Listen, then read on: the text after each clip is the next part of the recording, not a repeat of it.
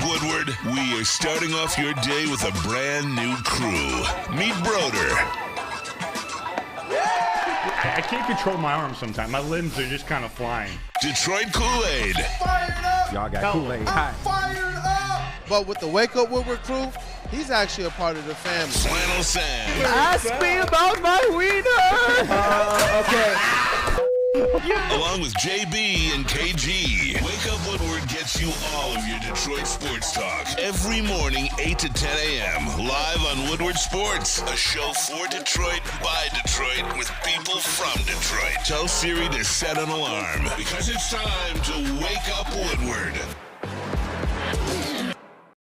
What up, though, people? It's Wake Up Woodward, and we appreciate you guys for choosing to kick off the day with the crew. You see, we got a brand new background, and where we were at the beautiful Spring Meadows Golf Club today for the AJGA. I got to tell you guys what that is, the American Junior Golf Association. It's a nonprofit organization dedicated to the overall growth and development of young men and women who aspire to earn college golf scholarships through competitive junior golf.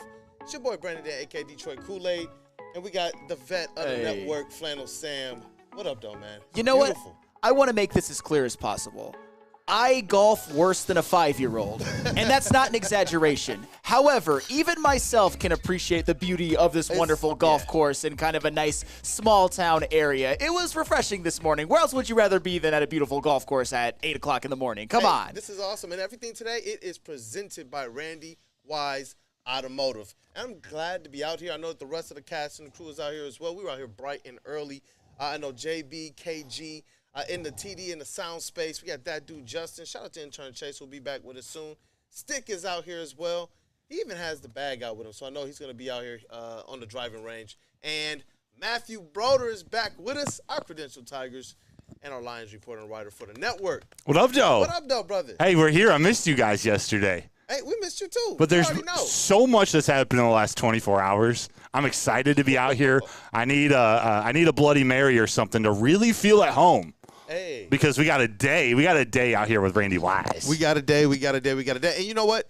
For everything that the AJGA does, the American Junior Golf Association, I got to throw it back to you, Broder, to tell the people where some of these golfers are going to college. Oh, yeah. Well, so this is serious guys the 2024 Randy Wise Junior Open. It returns here to Spring Meadows for the 10th time. The tournament, it follows a 54-hole stroke play format with a 36-hole cut after the second round. It consists of 96 juniors. Okay, 96 junior golfers, ages 12 through 19. It's the 18th AJGA event that Randy Wise has sponsored.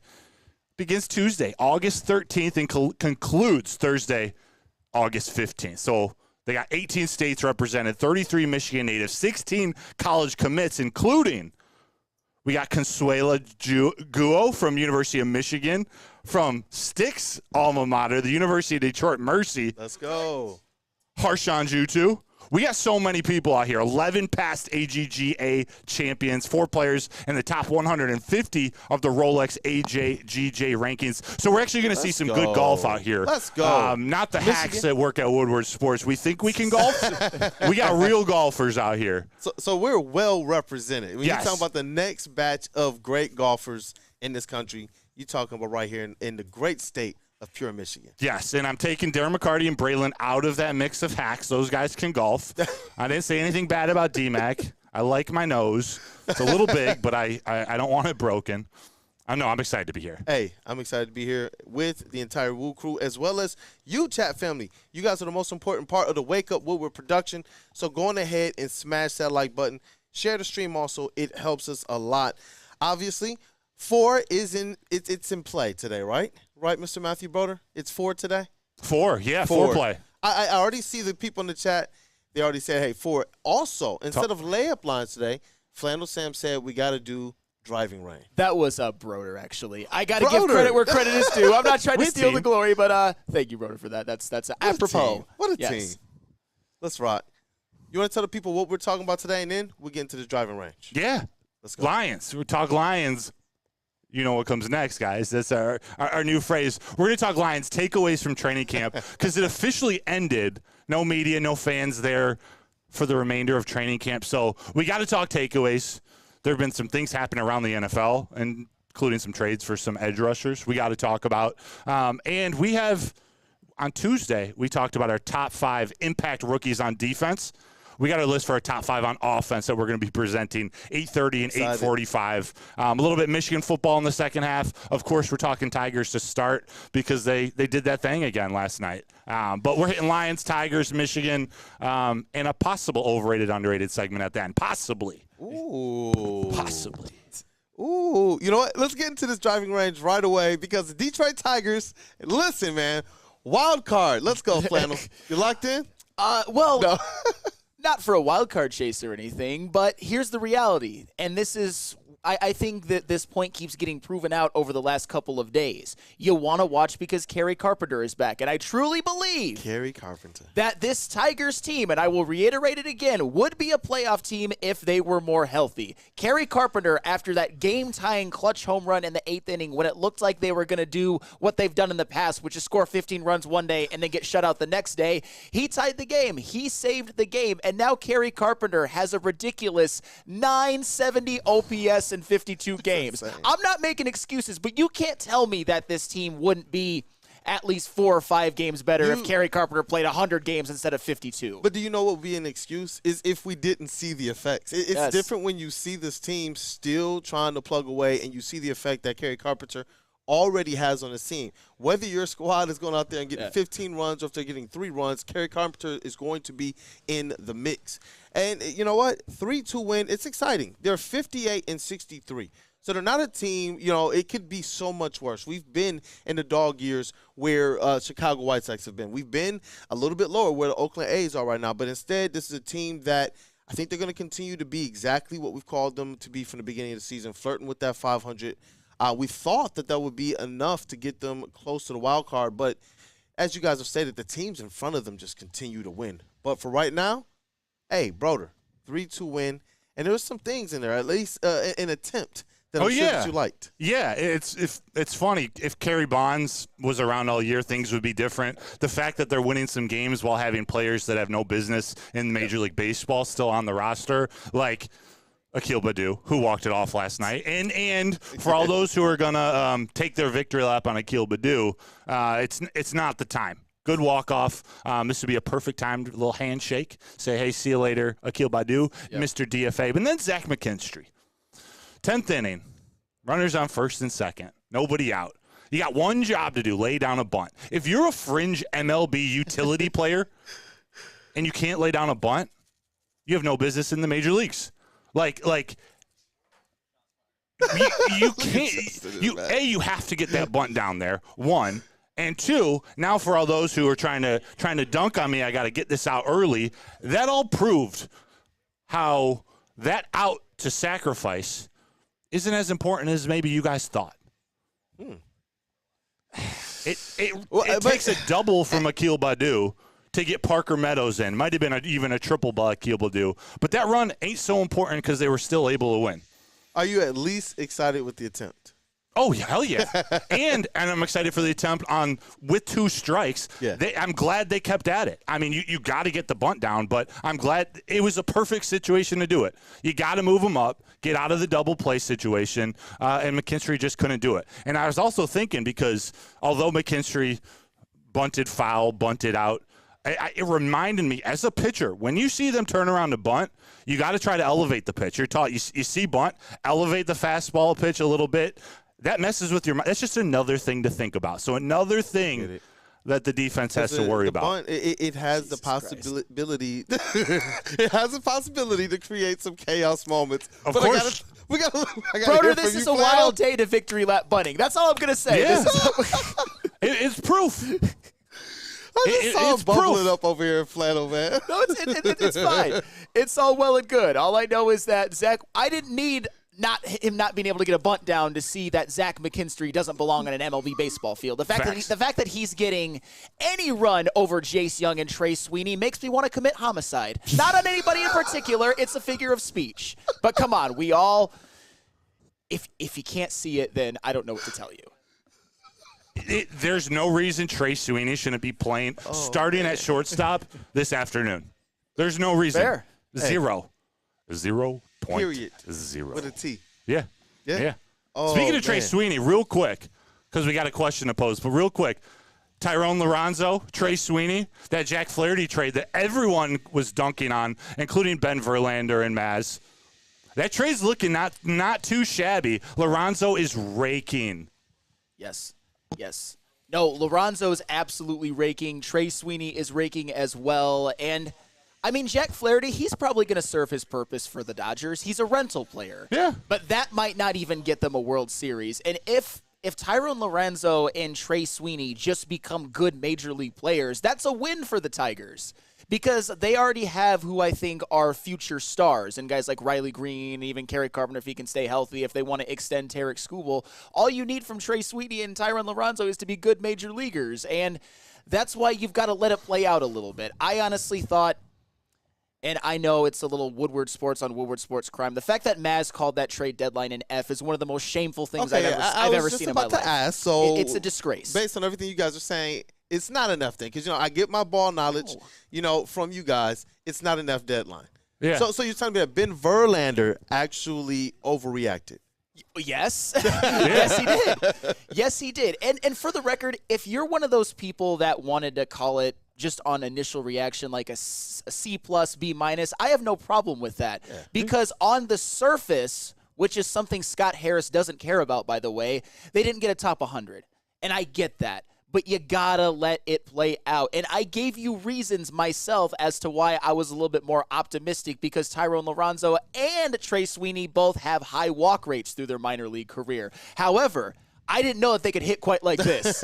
And they have been just absolutely raking. Let's get them both up for September, huh? Come on. Both up for September. If you're going to have a season where you're missing the playoffs, where you're dropping out of the wild card race, where you're having to kind of sell kind of slightly because you couldn't stand pat, then you want the season to be exciting from other perspectives. I don't want to continue to talk about, what do we have in the minor leagues, but I want to be excited about what's going on in the minors.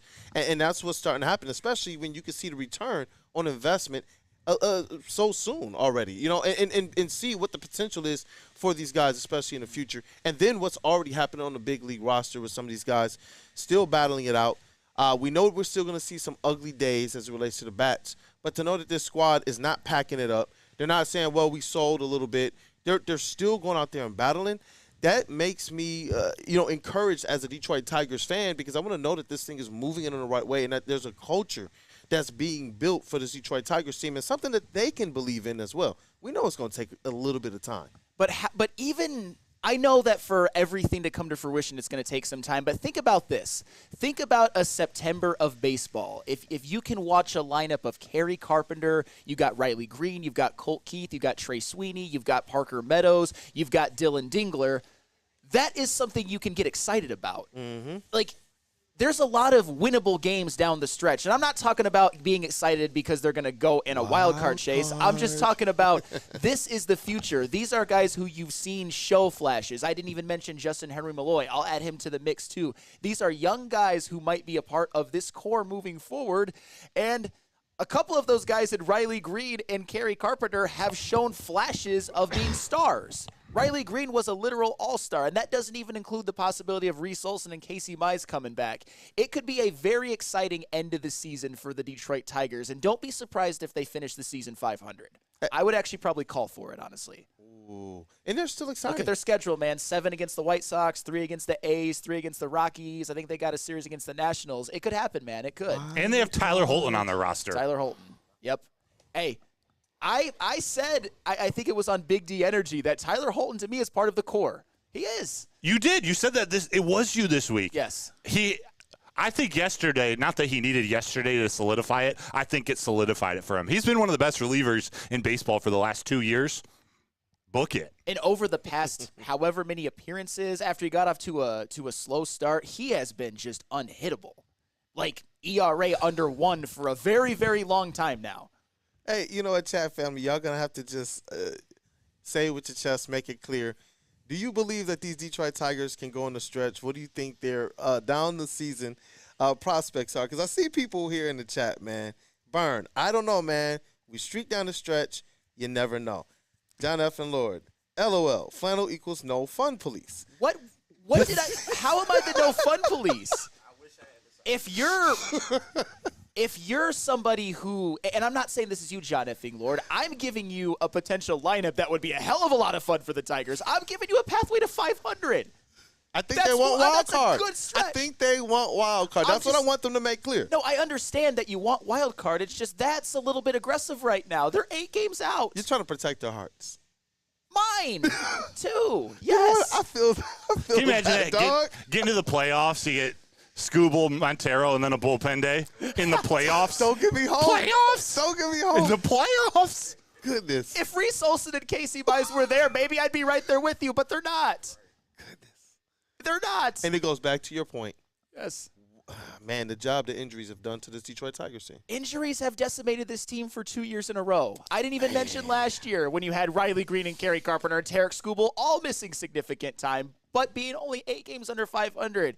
The Tigers, I understand that with certain players, I mentioned Riley Green and Kerry Carpenter, it's part of their story. You can almost label them injury prone at this point, especially in the case of Riley Green. However, the Tigers probably needed to do more to potentially offset this, and they didn't. But the point is that they've got a lot of good players. It's not just a bunch of AAA players. This is a team that's potentially good. It's just injuries rob them of their potential again. But that's not an excuse. It's not. And just to kind of put a bow on it, I guess, they have leapfrogged Texas. They have leapfrogged Toronto. They are still 8 games back because the teams in front of them keep on winning. Yeah. But it is cool to see them still move up the standings in the wild card. I do agree with you. Yeah. I do agree with you. It's going to be a completely tall task for them to make this wild card race. But you know what? Hey, dream on and hope on, Detroit Tigers fans, is always the best.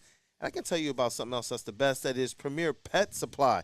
It's hands down Michigan's best pet store. They offer the same prices and all the conveniences of the online and big box retailers with one major difference. They've been family and locally owned for over 30 plus years. They carry over 60 brands of food and they have nutrition experts to help you. Same day, local curbside, and home delivery. Premier Pet Supply. Give your pet the best. www.premierpetsupply.com. To any Lady Jane's Haircuts for Men and claim your throne for a king's treatment from one of our talented stylists. Open 7 days a week, walk in anytime. Just get to a Lady Jane's today and receive a precision haircut, scalp massage, hot lather neck shave, and a hot towel treatment. A haircut should not be a chore. It should be an experience. And that's exactly what Lady Jane's has to offer. Open 7 days a week, walk-ins are always welcome. There's always a location near you. Lady Jane's Haircuts for Men, it's wicked awesome. The countdown to kickoff is here. Your Detroit Lions are ready for another season of grit. Woodward Sports is your #1 destination for all breaking news and Lions coverage. We are Detroit's #1 sports network. We are Woodward Sports. The Ally Challenge presented by McLaren is back August 22nd through 25th at Warwick Hills and Grand Blanc. Be there for PGA Tour Champions Golf, Family Night, concerts, and more. Tickets start at just $15. Get yours at allychallenge.com today. At Planet Fitness, you can get everything you need for just $1 down. Try out Planet Fitness and dang, they got lots of equipment. Not me getting a Planet Fitness membership just for the 24-hour perk. Hey, y'all better get on these free fitness training sessions from Planet Fitness. Did y'all know that the PF app has workouts you can do at home? Cheapest therapy I can find is Planet Fitness. Join Planet Fitness today and get everything you need for just $1 down. $15 a month, cancel anytime. Deal ends Thursday, July 18th. The Ally Challenge presented by McLaren, it is back August 22nd through the 25th. You got to leave the golf to the pros. And why is that? Because we need you guys at hole 17, man. I know KG know about hole 17. He's over there shaking his head. He said, you know it. You know it. Listen, what I can tell you, $2 birdie beers, concerts, and more. Get your tickets at allychallenge.com and meet us there. Brought to you by Randy Wise Automotive. Absolutely. And and you should go to Dispo. How would you like $10 of free products from Dispo Dispensary? Screenshot this image with the QR code and bring it into any Dispo location, and you'll get a free $10 to spend in-store with a minimum purchase of $25. Visit Dispo Dispensary today or disposhops.com. Dispo Dispensary, your local cannabis plug. Hey, and we are back. Thank you guys for choosing to check in with Wake Up Woodward this morning. I'm hoping you guys are definitely hitting that like button, sharing the stream, and supporting the entire WUW Crew. But we're out at the AJGA. That is the American Junior Golf Association. And this thing is brought to you by Randy Wise Automotive. We got a couple more golf tournaments that's going to be sponsored by them as well. Oh, yeah. The backdrop is beautiful as well. Spring Meadows Golf Course. Well done. Well done. Absolutely. Hey, but listen, we got to get into Detroit Lions. I am pumped up. I know we're on a golf course, so I'm trying to stay measured. But, hey, listen, training camp takeaways. All right, it officially ended on Wednesday, and we got to get everybody's official takeaways. Chat family, make sure that you guys are also putting your biggest takeaways from Detroit Lions training camp. Flannel Sam, you got to take it away. You know, I'll start with one. I don't want to take up too much oxygen in the room because I don't want to steal anybody's. One thing, though, that – and this isn't really anything that I've seen. It's just more things that I've heard, him as well. But the reports out and the things that I've heard from even Dan Campbell and Kevin Zeitler about Levi Onwuzurike have been absolutely – they've been surprising to me. I think us as Lions fans, we were prepared to go into this season with Super Bowl expectations and Levi Onwuzurike at best being a rotational guy who we hope is solid. But here's the reality about Levi Onwuzurike. What if he's actually good? He was a better prospect than Ali McNeil. He's somebody who, in his first few years of struggles, you can point back to a back injury as well. It's not just that he wasn't good. It's that he had a lingering back issue, which is really, really tough for NFL players to fight through, especially defensive linemen. So imagine a defensive line in which you have Ali McNeil and DJ Reader as your starters. Levi Onwuzurike as somebody who could fill in admirably and be very good if DJ Reader or Ali McNeil has to miss a game, which both of them did last year. Maybe Levi Onwuzurike is a guy who at the end of this season we're thinking about, do we pay him? I doubt it at this point because at some point you just run out of salary cap. But what if Levi Onwuzurike for this 1 year is one of the missing pieces that makes this defense top 10? And if he does that, then he can be a force multiplier because then that helps out the edges, that helps out the defensive backs, that helps out the linebackers as well. So Levi Onwuzurike potentially being good and not just a role player who plays 10, 15 snaps a game, that is something that I'm looking for this season, and it's basically solely on what I have heard from training camp. Yeah, and that's what I was going to ask you is how much weight do you put in the words of Kevin Zeitler, who made sure to mention what Ali McNeil and Levi O as the next $20 million men on his defensive line? A lot. Yeah, he's been in the league for a decade, and he's played damn near every single game of his career, and he's a Pro Bowler. So I put a lot of stock into what. How many good defensive linemen has Kevin Zeitler went up against? He would know. He would know. And what excites me about this is we're sitting here talking about the Super Bowl expectations, and though there are some other areas of concern for me where I'm hoping that the depth pans out, or we don't have to really utilize the depth. This defensive line, man, it has some things that could definitely go so well for this team, so far beyond what we already expected to go right for them to be able to win a Super Bowl. And one quick other thing about Levi Onwuzurike, he can play edge. I'm not saying that I want him starting opposite Aiden Hutchinson as your edge rusher, but he can do it.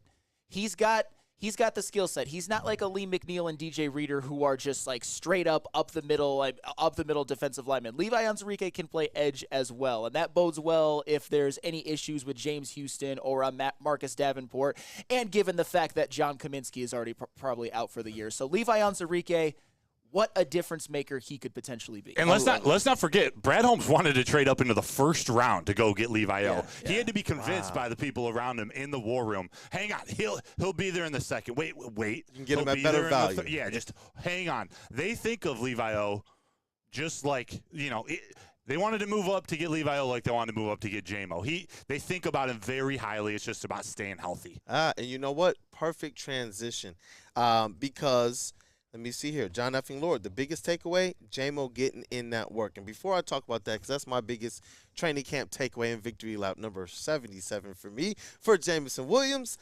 Mark the Don says, I love the Dick Campbell counter. And we got to change it. It's not 170. What was it, 130 or 135? Well, I said that if Dick Campbell gets 130 tackles this season, then we'll make the shirt and 130. I will wear it. We got to do this. But Jameson Williams, have you seen the clip, Sam? Of course I have. Did you see the touchdown in the back of the end zone, sure-handed, toe drag swag, J-Mo? Hey. Come on. That's complete and utter proof that his next step is Canton, Ohio. You know what? Obviously, you heard it that here was, first. No. Flannel Sam said it first. But no, Making Jameson Williams. Just like you talk about with Levi, that's an individual who we're like, you know what? If he definitely pops off, this is going to be kind of gravy on top of the defensive line. But with Jameson Williams, I believe that this Detroit Lions team needs him to pop off. If he's the guy that Dan Campbell has consistently stated, he is the number 2. He has a grip and a handle on everything. Right now, that's what I'm excited about. And the victory lap I will take, seriously, with Jameson Williams, it's obviously he has to prove it on the field. But what we see right now, and this is my biggest takeaway, is that we know that it's serious to him. We know that he's working. We know that because the first 2 years, we didn't know what was going on with him because of the injuries. We didn't know what was going on with the suspension. But now we know he's going to take the time to get better. He's going to take the time to gain the chemistry with the teammates. He's going to take the time to get better at running routes. He's going to take the time to get better at being crisp. In addition to all of the other things we loved about him, his motor, his blocking downfield, and some of the other intangibles, Jameson Williams proved to me that he's got it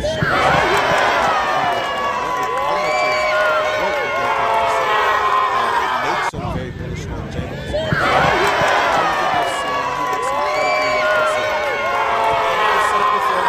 I think he is bound for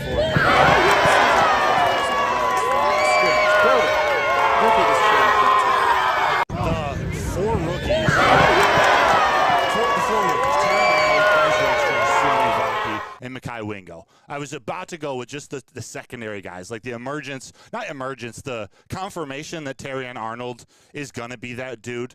He's going to have some he's going to need to take the training wheels off. And he's going to have some issues early in the season. Every cornerback does. But him solidifying himself as that number 2 opposite Carlton Davis is huge. I think Ennis Rakestraw is going to play a lot earlier than I thought, too. And then when you just combine the versatility of Vaki being either that number 4 running back, which I do believe he's going to make the roster both as that 4 running back and a special teams warrior. Mekhi Wingo also doesn't get a lot of love because it's not like his stats showed up on paper. He played really well in that first preseason game and just continues to get rave reviews. I'm excited about those guys. I'm excited about those rookies. You two took my top 2 takeaways. Next in line was these rookies, and I'm really excited about what they can bring early in their careers.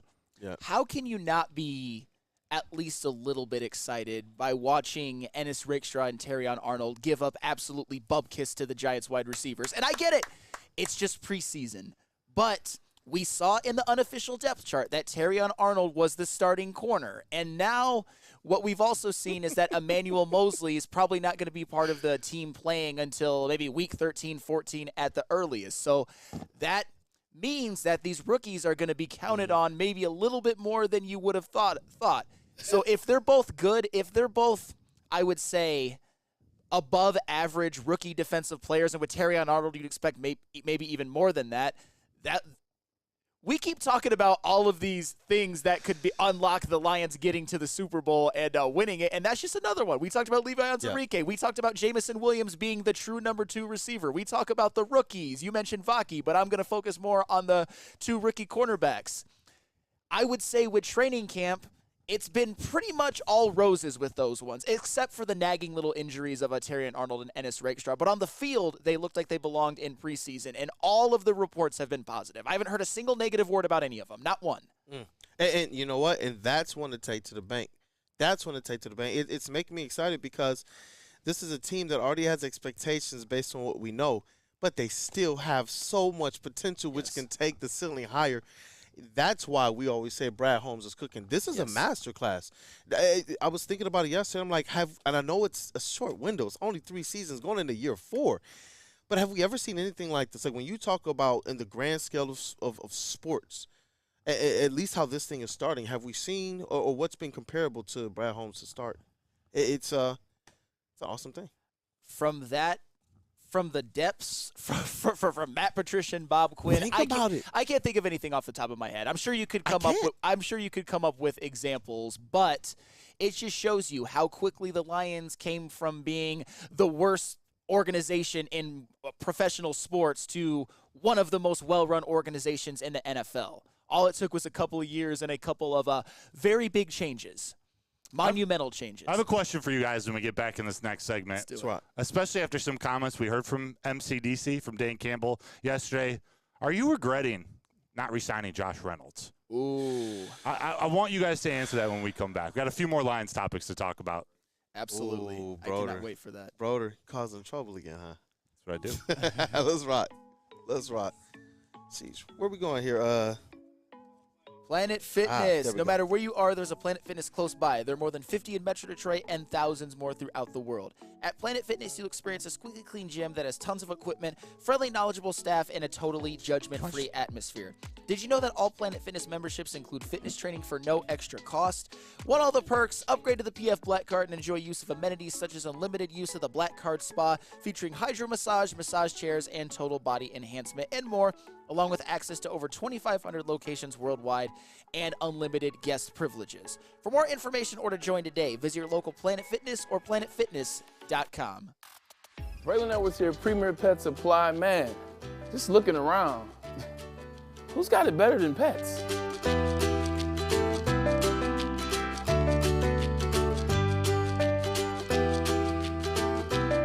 Come on, a baby stroller for Coda?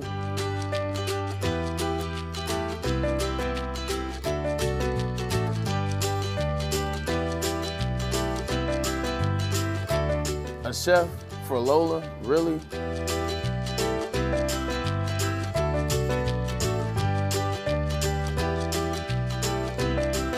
You don't have to tell me who the real boss here is. Who's got it better than pets?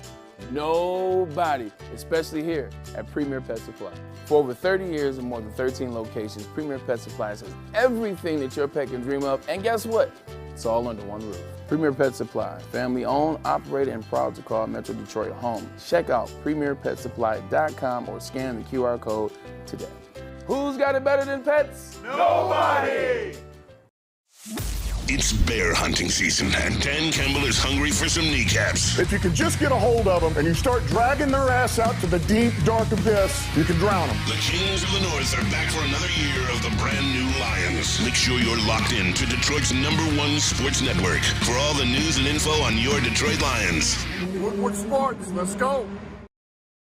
So just to get the heated steering wheel, I also had the spring for the bigger rims. Yeah, that's how they get you. Those upgrades will cost you an arm and a leg every time.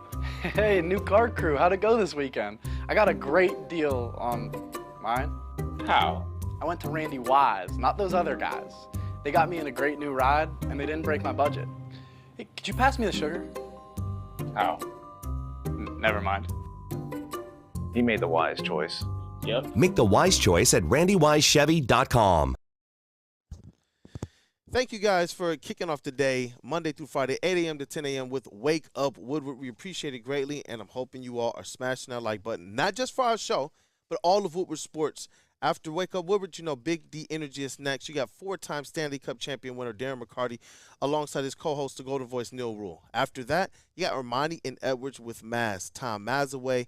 You got University of Michigan legend and former NFL wide receiver Braylon Edwards and Detroit Media King, Fox 2 Ryan Armani. Then in the day with the big fellas, Woodward Heavyweights from 5 to 7. Speakeasy, Spinmo Racks, their elite booth, Nick Koloff, Chris Platty, and everybody else who helps with the heavyweights. You always know you're getting the biggest interviews, breakdowns, and laughs. That is the heavyweights. And thank you guys for making Woodward Sports your #1 digital sports outlet. And we are back. Thank you guys for choosing to kick off the day with the WUW Crew. And we got everybody in the building from the WUW Crew. That dude, Justin. We got Matt Broder. We got KG, JB, Flannel Sam, and your boy Detroit Kool-Aid. And we're at the beautiful, man, Spring Meadows Golf Club. And we're out here for the AJGA. And we're going to talk to somebody who's going to give us even more information on what that is. This is all brought to you by Randy Wise Automotive. And it's a beautiful day, man. But I want to introduce you guys to Tim of the American Junior Golf Association. He's the person, as Stick called him, he is the brain trust or the brainchild behind all of this. And this is an event that goes to help prospective and kind of individuals with professional aspirations for golf It's a nonprofit organization aimed at helping them get scholarships as they're heading on to college. Correct, and I'll correct you just a little bit on that. And, awesome. and thanks for having us out here again. But I'm actually with Randy Wise, and we obviously sponsor this event. Randy Wise himself, 18 years ago, he's a big golfer. He's been at Warwick Hills and is also the brainchild for getting us out at Ally next week as well with Woodward Sports. So we can't wait for that. That's awesome. I'm a member out here, and I also work at Randy Wise. And my counterpart, Tim McCullum, who everybody knows over here, we started this last year. We started doing the Randy Wise Celebrity Golf Series. And it has really taken shape. We're getting a lot of momentum. I see you guys all the time now. Yes. We got Darren McCarty's outing tomorrow. We got Kirk Gibson's outing Monday. We got Ally all next week. There's a lot of fun things happening. But today it's all about the juniors. This is our 18th year doing this event, sponsoring the Randy Wise Open. And it is a national event for the AJGA. And we love having them out here. They come out here. This is a great place to have a junior golf tournament as well, and the golf is outstanding today. Hopefully we get some of these leaders out there that are at 7 and 5 under right now. Yep. And obviously Randy Wise Automotive, very, very, very successful, and it gives you the opportunities to give back. What's the driving force behind sponsoring events like this? Well, some would say, including my bosses, that I'm doing this show just so I can play more golf, and I guess I got to agree with them. There's been a lot of golf going on lately, but some of the events we're playing in, not just this event, but some of the charities that we're sponsoring now and getting hooked up with, it's just really fun to see it transpire into what it's going to. It's only our second year doing this.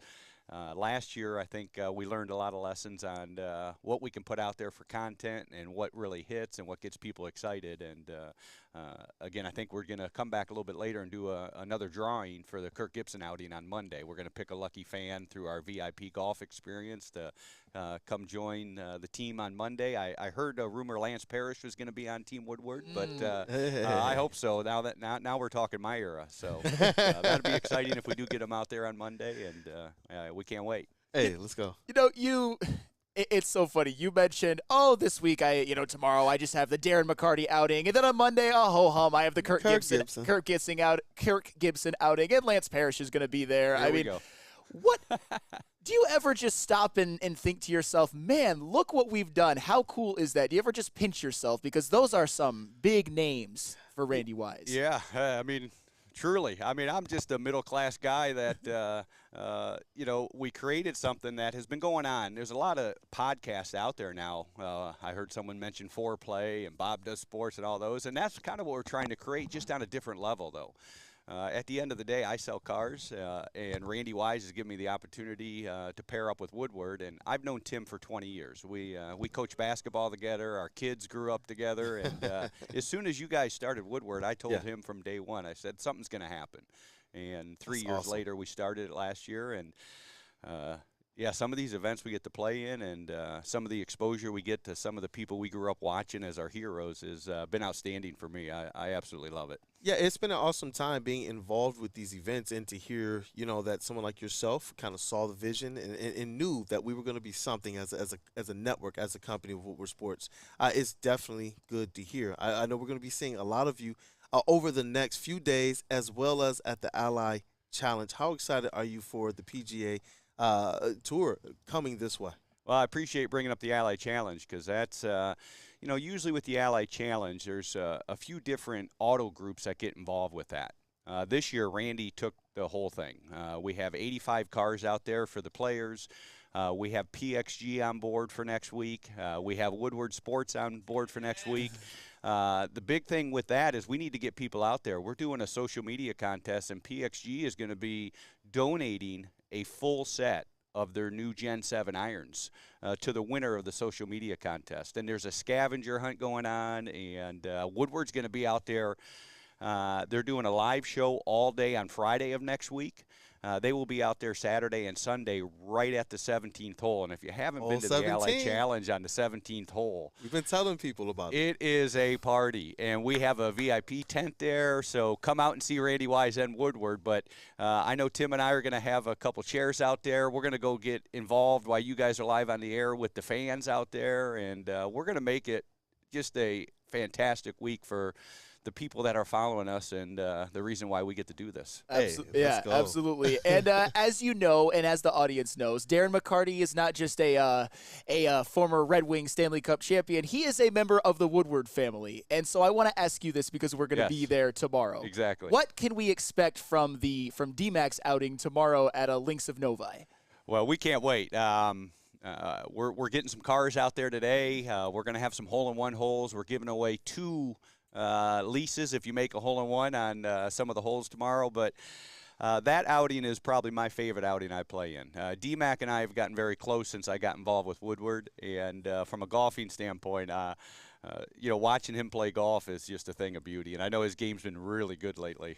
I hear he shot a 1-under out there somewhere. D-Mac, correct me if I'm wrong. But I think I heard him bragging about it the other day. Yeah, we can't wait. I think we're playing with Calvin Johnson tomorrow, along with Tim. We did do another drawing. We did pick a lucky winner, and we did actually get a very good golfer. That's one of our customers coming out and playing with us as well tomorrow. So it's going to be a great day out there. What a life. What a Gibby. Yeah, I know. I know. Just add another one to the list. But I know I talked to you on a previous show, but I want to ask you this again for the people who weren't able to see that. What has the growth been from year 1 of the Celebrity Golf Tour to this year in year 2? Well, I appreciate that question because we've seen some great growth. Last year, our first one, if everybody remembers, we didn't know really what we were doing. We did a 38-minute video with Jim Harbaugh in a podcast out here. And nobody wants to watch a 38-minute video. It just doesn't happen. So I think the biggest thing we learned is keep it short, keep it sweet, give people something that they want to watch and get involved with, and then, get them involved. And I think that's the biggest thing is we got so many fan base involved now that it's just every day we're getting more and more people that are reaching out to us saying, what's going on with you guys over there at Woodward? And we love it. It's the expansion is great, and next year is even going to be better, especially with Ally. We're doing a 5-year commitment with Woodward and Ally, so we get 5 years. And you know what? I got to ask you one question here. We were talking about the Detroit Lions. I got to ask you about the Detroit Lions. Yeah. How you feeling about them this season? What's their record prediction? Well, we've been season ticket holders forever. Let's go. My kids now are at such age where they are deeply into following the Lions, and we cannot wait for this year. We're going to do a lot with Woodward. I think we're going to team up again to do some of the tailgating with you at the Lions games, and I think this is the year. I think we talked about it last time. I got a 13-4 record for him. I just think the chemistry is there, and we're going to overcome whatever we need to get to that Super Bowl. Sounds like a 1 seed. I'm teasing. 13-4 sounds like a 1 seed. I'm teasing. 1 or 2, as long as we got home field for a couple games. Hey, look, the only smile that's been bigger than this one is when he was talking about hole 17 at the Ally Challenge. Yeah, look, I'm telling you guys, gonna be fun. AllyChallenge.com, get your tickets. We got to get into some more Lions talk, too. Absolutely. And again, we appreciate you having me on today just to give some exposure. If anybody wants any information on Spring Meadows, please reach out to me. This is a great place. I've been here about 6 years now, and it is an awesome place to come play some golf and get some camaraderie going with all your people. Yes, thank you so much, Tim, for joining us. Tim. We really appreciate it. Yep, appreciate you guys, too. Thanks a lot. Thank you. Let's go 13-4. 13-4. I absolutely I'm with love it. Hey, but do you know who goes undefeated when it comes to your divorce, child custody, visitation, or other family law issues? That is KDK. That is KDK Law. Elite transition. Kevin and Catherine at KDK Law in Birmingham will have your back if you're dealing with divorce, child custody, visitation, or other family law issues, as I mentioned before. They have 10+ years of experience and 24/7 availability. Scan the QR code on the screen or call 248-971-0476. Say Woodward Sports sent you, and KDK will pay your filing fee. KDK Law, they've got your back. So just to get the heated steering wheel, I also had to spring for the bigger rims. Yeah, that's how they get you. Those upgrades will cost you an arm and a leg every time. Hey, new car crew, how'd it go this weekend? I got a great deal on mine. How? I went to Randy Wise, not those other guys. They got me in a great new ride, and they didn't break my budget. Hey, could you pass me the sugar? Oh, never mind. He made the wise choice. Yep. Make the wise choice at randywisechevy.com. It's bear hunting season, and Dan Campbell is hungry for some kneecaps. If you can just get a hold of them and you start dragging their ass out to the deep, dark abyss, you can drown them. The Kings of the North are back for another year of the brand new Lions. Make sure you're locked in to Detroit's #1 sports network for all the news and info on your Detroit Lions. Woodward Sports, let's go. At Planet Fitness, you can get everything you need for just $1 down. Try out Planet Fitness and dang, they got lots of equipment. Not me getting a Planet Fitness membership just for the 24-hour perk. Hey, y'all better get on these free fitness training sessions from Planet Fitness. Did y'all know that the PF app has workouts you can do at home? Cheapest therapy I can find is Planet Fitness. Join Planet Fitness today and get everything you need for just $1 down. $15 a month, cancel anytime. Deal ends Thursday, July 18th. We are the network for Detroit by Detroiters. Welcome to the Woodward Sports Network.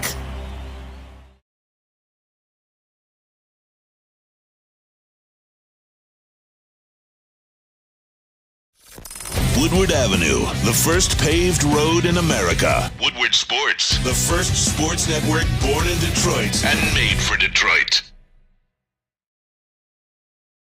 The read. These breaks, y'all, this would have been the one to have the hot mic. But let me tell you about something awesome. Awesome is where a guy can be a guy and get an amazing haircut. That is Lady Jane's Haircuts for Men. All you got to do is stop in, sit back, and relax. And let one of Lady Jane's talented hairstylists make you look and feel great. Walk in anytime, 7 days a week.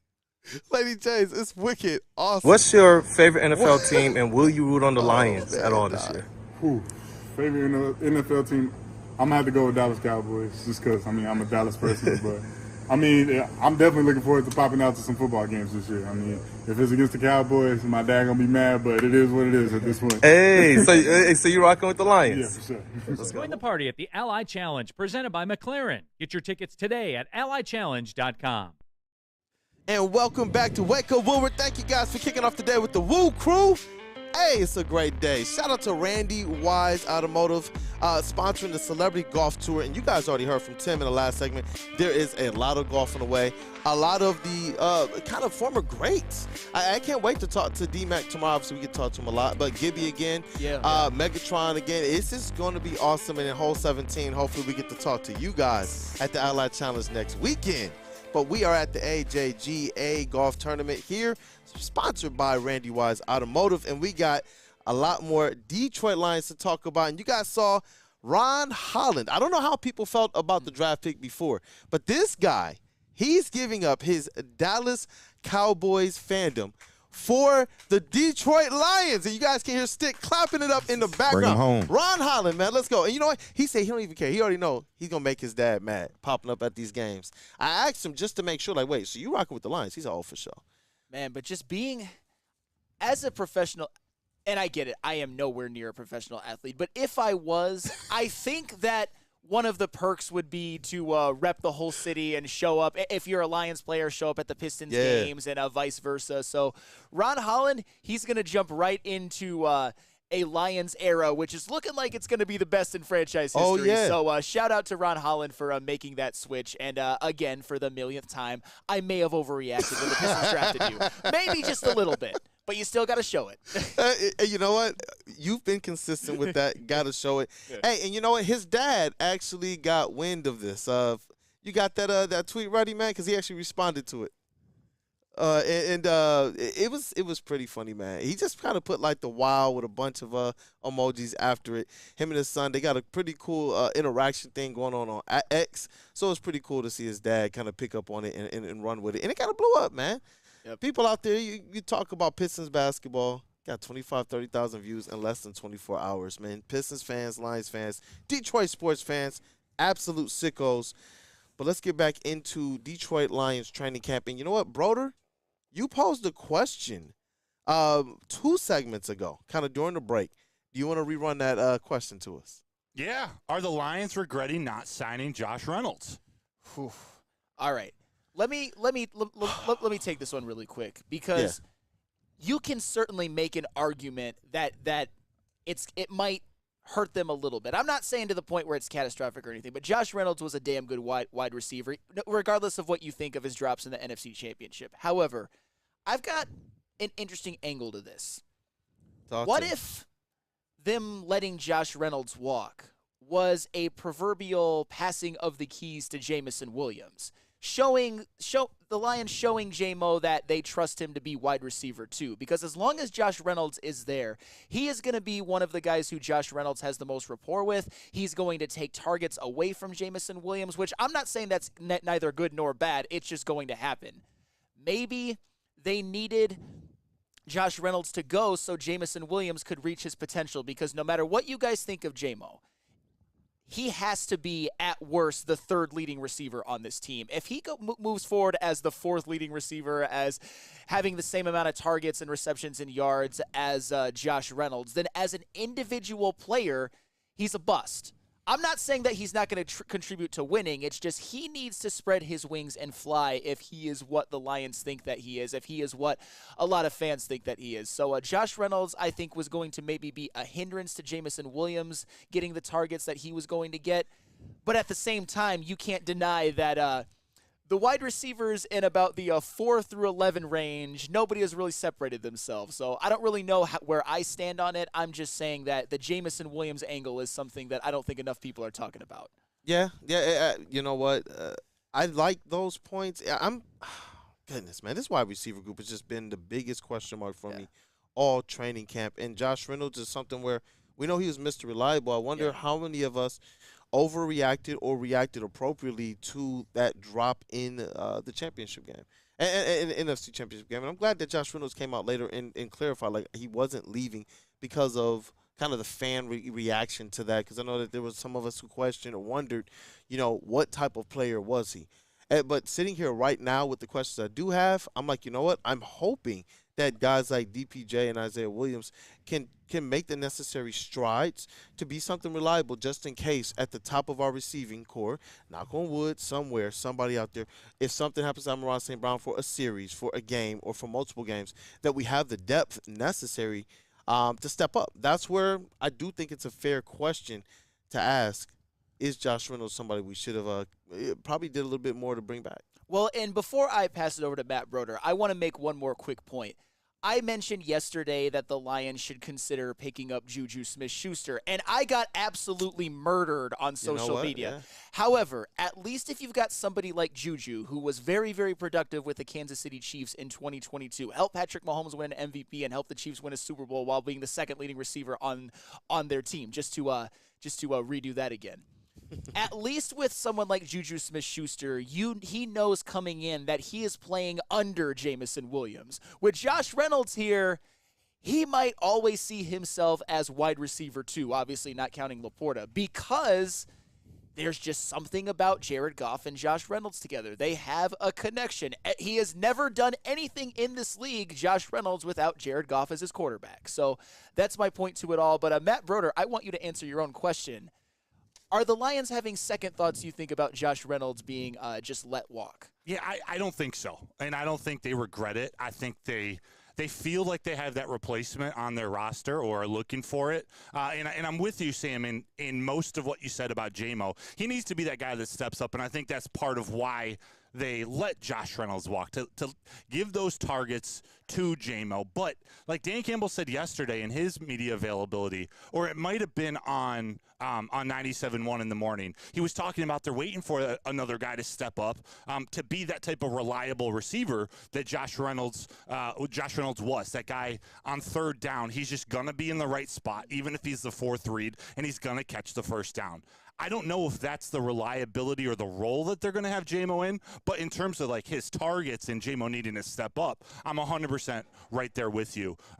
What I think we need to kind of change how we talk about it is the wide receiver 3, wide receiver 4. I think option 1 or option 2, like this group of weapons, the number 2 option is either J-Mo or Laporta. The number 4 option is Gibbs, and the number 5 option is Khalif Raymond. So when we're talking about the number 4 and 5 receiver, whether it's DPJ, Fountain, Juju Smith-Schuster, that's really the 4th and the 5th option, or excuse me, the 5th or the 6th option in the offense. So it's just not that important. What's hard to judge is the guys on the roster now. We get to see him out with Nate Sudfeld on the field. Like it's such a benefit to have Hendon Hooker back this week and playing against the Chiefs, where we hopefully can actually see DPJ and Fountain and Caden Davis, Isaiah Williams, someone step up and take that role. It's hard to do that with Sudfeld out there. Yeah. Yep. No. Absolutely. No. That's 100. Talking about. That's 100% fair, and I think one of the reasons why, I'll give an example, Darius Fountain didn't get a catch. I understand that it didn't look like he was separating that well either. However, when Nate Sudfeld is throwing you the ball, I'm not going to put that completely on you if you're Darius Fountain. The one thing that I see in the chat, and I think, and I mentioned this yesterday, I think that this is very relevant if everybody is healthy, that the wide receiver 3, wide receiver 4 position, as you said, is not gonna be like when you got Gibbs, when you got Laporta, when you got Amon-Ra. I mean, that's a pretty in J-Mo. That's a pretty good quartet of pass catchers to choose from before you even get to another wide receiver. However, it's about if there's any unavailability for any of these guys, just a contingency plan. You saw, and I get it, it was against maybe their worst opponent. You saw Amon-Ra was out against the Carolina Panthers, and it didn't really matter because Josh Reynolds had himself a hell of a game as well. And Josh Reynolds was a guy to me who could step in and have a game or two in which he played like a wide receiver 1, which he did largely for the beginning of last season when J-Mo was out. That's why I bring up somebody like a Juju Smith-Schuster. That's why I'm not as quick to be like, oh, Josh Reynolds, don't let the door hit you on the way out. It's just contingency plans. That's all I'm saying. And I'm not saying that I'm calling for Amon-Ra or Khalif to I'm not saying they're injury prone. I'm not saying that they're 100% going to go down. But if they do, I don't necessarily like the prospects of the Lions playing a game with those guys out. Yeah, and real quick, what I should have led with, or one of the points where I believe they don't regret it, they don't think they regret it. If they wanted Josh Reynolds, they would have gone out and re-signed him or convinced him to come like they did Brock Wright. You know, they do play a lot of 2 tight end sets, and I think someone, Xavier D brought it up in the chat, or Ryan's reaction. I was going to ask you about that. I think, honestly, Brock Wright may be one of – not a top 5 target, but I think they're going to start using him more in the pass game. And just how they use 2 running back, 2 tight end sets, that 4th wide receiver just isn't as important. But Sam brings up a good point. It's a contingency plan. Like, who's going to be the number 1 and 2 if there are injuries to Laporta or St. Brown? Yeah, definitely. Because I was going to ask you as well about Brock Wright. They showed that they value him a lot.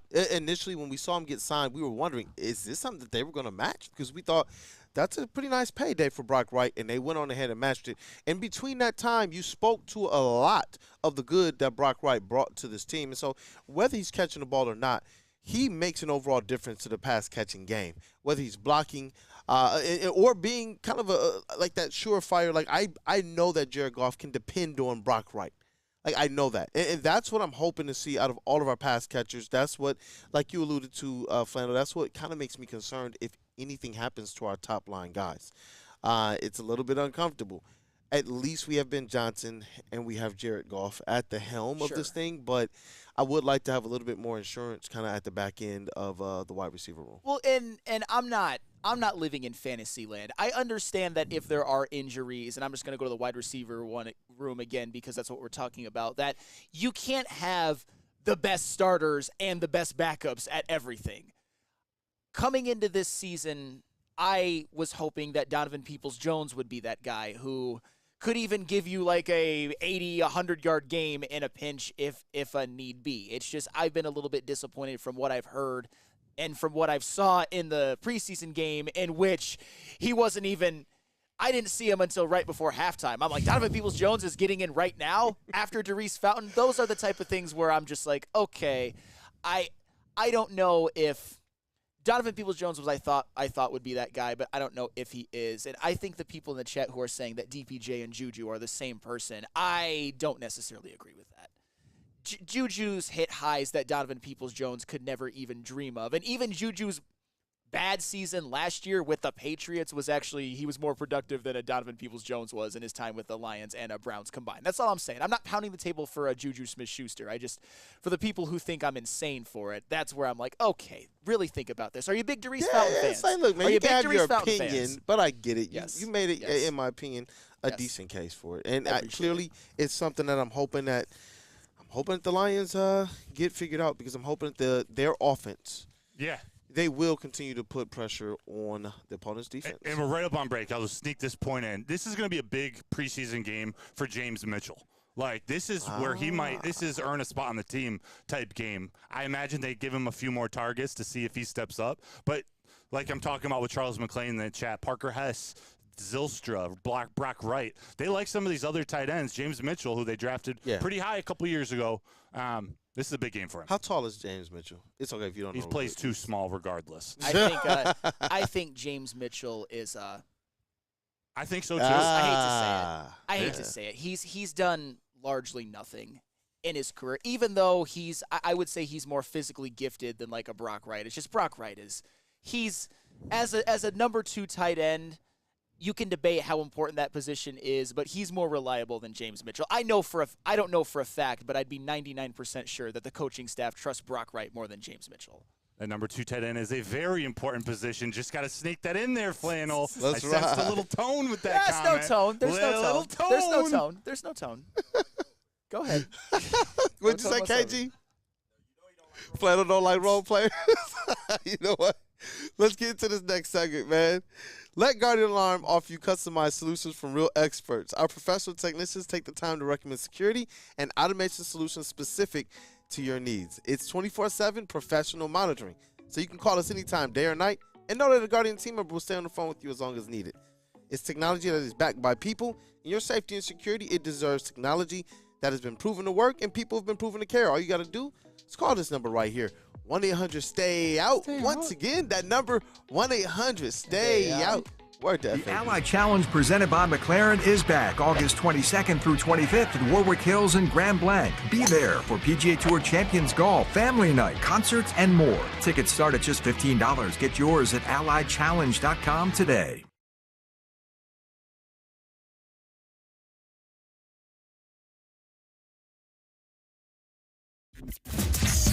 The countdown to kickoff is here. Your Detroit Lions are ready for another season of grit.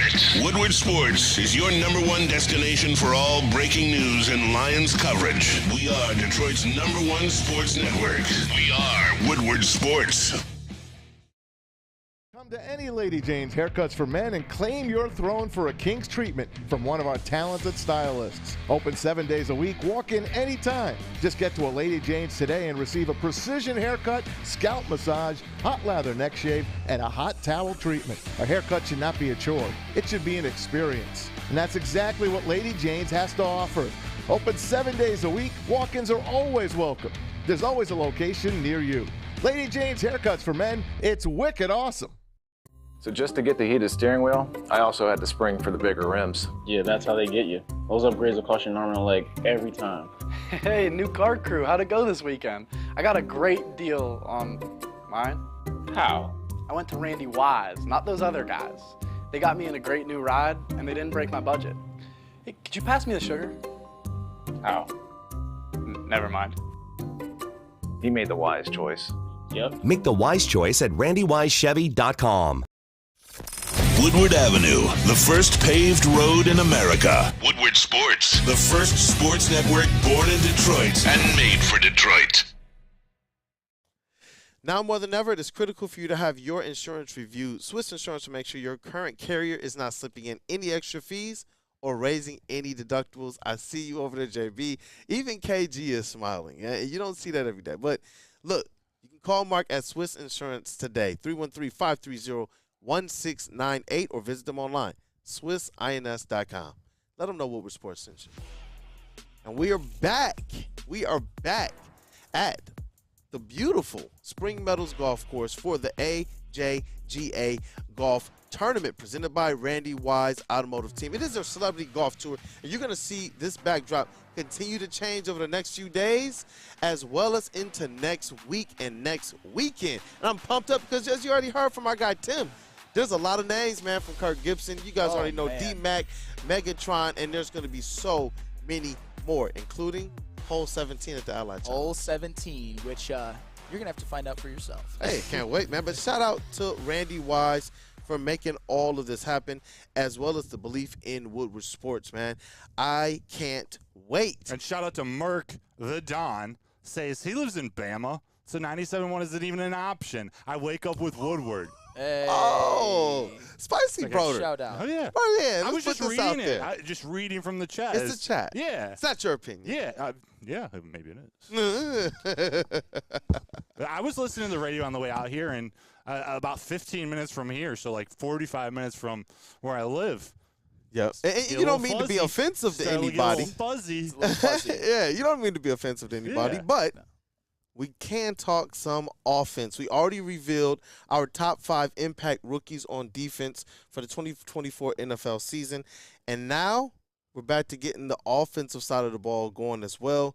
And we're going to run through these lists, break everything down after. We got to kick things off with the vet of the squad. That's Flannel Sam. All right, well, my first 3 aren't going to surprise anybody. I got Caleb Williams at 1 for the Bears, Marvin Harrison Jr. at 2 for the Arizona Cardinals. At number 3, I've got Joe Alt, tackle for the Los Angeles Chargers. These are, with 4 and 5, I went with second rounders just to be a little bit more fun. I got Jackson Powers Johnson, interior offensive lineman for the Las Vegas Raiders. And at 5, I've got Keon Coleman, wide receiver for the Buffalo Bills. A pick that I was shocked that I would end up making. But with me and Keon Coleman, it is all about fit. So that is my perfect list that nobody can do better than. So, but you guys can try. The perfect list. And you know what? I think JB Smooth definitely likes the pick of Keon Coleman. Yep. Was that what that was? That's what, though. He said, oh, yeah. Look, I got my list here. Caleb Williams, number 1. FTB still till I die, though. Xavier Worthy of the Chiefs. You know what? I'm excited about what he can be, and it's not just the fit, but it's the connection. It's the budding connection with Patrick Mahomes, as well as his versatility to be used across not just offense, but special teams. Joe Alt, tackle. Chargers, big man on that O-line. Jim Harbaugh's going to have him right in the trenches. Marvin Harrison Jr., Cardinals wide receiver. I don't really think I have to say anything else about him. And Jaden Daniels, Washington Commanders quarterback. Big arm, big legs, got a few things to clean up. But I think he's going to have a big impact for the Washington Commanders this year. All right, Broder. Yeah. Let's go. Hey, well, I'll transition right from that because I think Jaden Daniels is going to win the Offensive Rookie of the Year. Ooh. He is drafted number 2 overall to Washington. So he's a starting QB on an offense with a plethora of weapons. We'll talk more about it coming up here. At number 2, Kingsley Sumaia. This is a man who's going to be the starting left tackle on the defending Super Bowl champions protecting Pat Mahomes. If that's not an impactful position, I don't know what is. He's getting rave reviews from Andy Reid and everybody out of camp. Kingsley, number 3. This is my favorite one. You guys know. Ladd McConkey, wide receiver for the Chargers. Now the number 1 receiver, the number 1 option for one of the most talented quarterbacks in the NFL, and a coach with a commitment to the run game. That helps. That helps, especially a guy like Ladd McConkey. Remember what Jim Harbaugh did with Roman Wilson? Now he has Justin Herbert to receive the ball. Malachi Corley at number 4. This is a 3rd-round pick for the Jets. Was he Western Illinois or Western Kentucky? Yeah. Yards after catch king, they saw him. It's looking like he's going to win the starting slot role. So we're talking an elite run game. We're talking Garrett Wilson and Mike Williams on the outside. To me, that says a lot of space in the middle for Malachi Corley to just get the ball and go. He is my number 4. Blake Corum's my number 5. The number 2 handcuff to Kyron Williams, who's missed time in his career due to injury, on a team committed to the run. Sean McVay is committed to the run. They got weapons galore for Stafford to throw to, but they're committed to run. So backing up Kyron Williams, I think it's going to be a role where he will make an impact. Even if it starts the season, he's just a 3rd down guy occasionally, maybe even a goal line back. Sean McVay, loves Blake Corum. I love their interior, their offensive line. I think he could have an impact as a rookie. Then my honorable mentions real quick. Ray Davis, back up to James Who's the running back for Cook? James Cook on the Bills. I think, by the way, real quick, Ray Davis, he might prevent or help keep Josh Allen healthy. Like, they might be able to use him a little bit more on the goal line, keep Josh Allen fresh. That paints a pretty good picture to me. Ben Sinnott, tight end for the Commanders, with Jaden Daniels. Cliff Kingsbury loves 2 tight end sets. Zach Ertz is 33 years old. Ben Sinnott, he may be a top target. They got great wide receivers on the outside. Eckler, Brian Robinson. Sinnott might be a favorite of Jaden Daniels. And then my last one, Jalen Wright, running back for the Dolphins. 3rd-string running back on the Miami Dolphins. I don't trust Mostert and Achane to stay healthy all year. So I think Jalen Wright could be a stud. And everybody's going to be like, of course that's what you noticed, Flannel Sam. If Xavier Worthy is a bigger impact player than Marvin Harrison Jr., as Kool-Aid has him being, if Kingsley is the number 2 impact rookie in the NFL, pencil the Kansas City Chiefs in for their 4th Super Bowl. Seriously. Yeah. Like, I mean, and I'm not saying that it's going to happen, but Xavier Worthy, he's not somebody as a prospect that I love, but in this situation with Patrick Mahomes and Andy Reid, he might be somebody to unlock him. That's the same way that I feel about Keon Coleman. Is he my favorite wide receiver prospect? No, he is not. But with the Buffalo Bills, a team that needs him, and he's the type of receiver that isn't necessarily a great separator, but he's a big body. He can make those contested catches. I think Josh Allen and Josh Allen's game fits Keon Coleman perfectly, and that's really the crux of all of this. We're not even necessarily talking about our favorite rookies. We have to include fit and opportunity in all of it, and I know we all took that into account when we were making these lists. Yeah, and you know what? With Xavier Worthy, what excites me is it's like, do I think he's a better wide receiver than Marvin Harrison Jr.? No. But the opportunity, the connection, because what's been reported out of the Chiefs training camp is that he and Patrick Mahomes have this connection and this chemistry already. And you see some of the connections they've made in training camp, and it's like, yo, you know what? That could be scary. But Xavier Worthy is also somebody who they've been discussing as being able to be used in similar ways that we want to see J-Mo use.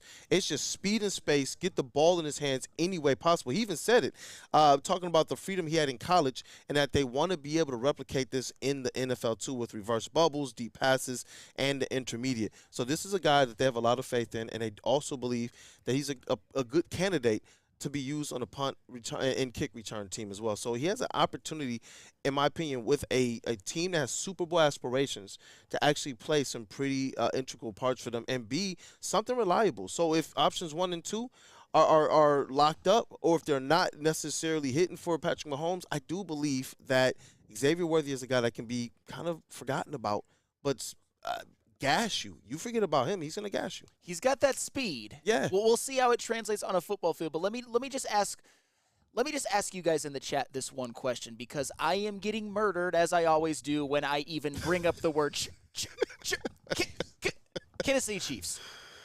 Did I have a Chief as one of my top 5 impact rookies, or did Broder and Kool-Aid? Yeah. Answer that question, people. Xavier Worthy looks good, and that's man, okay. with Patrick Mahomes. I'm not blaming you for that. I'm just saying if these guys are, even if just one of them is one of the top 5 impact offensive rookies in the NFL, added to a team with a quarterback and a coach who you could argue are the GOATs, or at least the best we've ever seen, yes, they're Super Bowl contenders. But if I talk about the Chiefs again, I'm probably going to get canceled. So, bro, it's Andy Reid and Patrick Mahomes with a guy like Xavier Worthy. And the rest of the weapons they have there, it's like that guy's going to get forgotten sometimes. They're going to be able to scheme up some stuff and take advantage of his speed. I don't know. I like the move. Well, and I like the fit. And it's funny because both of our lists, I think pretty much everybody, if you're making a list of top 5 impact rookies, you're probably going to have either Caleb Williams or Jaden Daniels as number 1, which is, it just kind of depends on what flavor you like, whether you're a bigger fan of Jaden Daniels as a prospect, Caleb Williams, the situation around him, and no surprises there. But I think right now it's kind of 50-50 amongst people that I know, amongst the chat, amongst pundits. Yeah. I think you might have 2 really good ones. Let's talk a little bit more about that as well. Caleb Williams, Jaden Daniels in the next segment, because I know you got Jaden Williams at the top of your 5. Jaden Williams. Yeah, Jaden Williams. I had him at number 5 for me. So I want to be able to kind of break it down in the next segment, Let's especially. do it. Let's do it. See where that 50-50 is for people. Perfect. Let me tell you about merch, because if you're trying to wear the same old Detroit sports merch, this is not the place for you. We got brand new Detroit sports merch, because it's a new era in sports wearables. New designs, amazing apparel, and the ultimate swag. Check out Woodward Sports. Latest gear at woodwardsports.com and click shop. They got hoodies, tees, hats, all guaranteed to turn heads. So get the latest designs today at woodwardsports.com and click shop. So just to get the heated steering wheel, I also had the spring for the bigger rims. Yeah, that's how they get you. Those upgrades will cost you an arm and a leg every time. Hey, new car crew, how'd it go this weekend? I got a great deal on mine. How? I went to Randy Wise, not those other guys. They got me in a great new ride, and they didn't break my budget. Hey, could you pass me the sugar? How? Never mind. He made the wise choice. Yep. Make the wise choice at randywisechevy.com. It's bear hunting season, and Dan Campbell is hungry for some kneecaps. If you can just get a hold of them and you start dragging their ass out to the deep, dark abyss, you can drown them. The Kings of the North are back for another year of the brand new Lions. Make sure you're locked in to Detroit's #1 sports network for all the news and info on your Detroit Lions. Woodward Sports, let's go. The Ally Challenge presented by McLaren is back August 22nd through 25th at Warwick Hills and Grand Blanc. Be there for PGA Tour Champions Golf, Family Night, concerts, and more. Tickets start at just $15. Get yours at allychallenge.com today. Come to any Lady Jane's Haircuts for Men and claim your throne for a king's treatment from one of our talented stylists. Open 7 days a week, walk in anytime. Just get to a Lady Jane's today and receive a precision haircut, scalp massage, hot lather neck shave, and a hot towel treatment. A haircut should not be a chore. It should be an experience. And that's exactly what Lady Jane's has to offer. Open 7 days a week, walk-ins are always welcome. There's always a location near you. Lady Jane's Haircuts for Men, it's wicked awesome. Dreaming of a new home but feeling the financial pinch? Mark White & Associates, your trusted real estate experts, are here to help. Mark White and his team will pay up to $5,000 of your closing costs. That's right, I said $5,000. Call Mark White & Associates today at 248-290-8242 or visit them at markwhitesells.com. Again, call Mark White today at 248-290-8242 to make your dreams come true. And welcome back to Wake Up Woodward. We are live at the Randy Wise Celebrity Golf Tour at the Spring Meadows Country Club and Golf Course.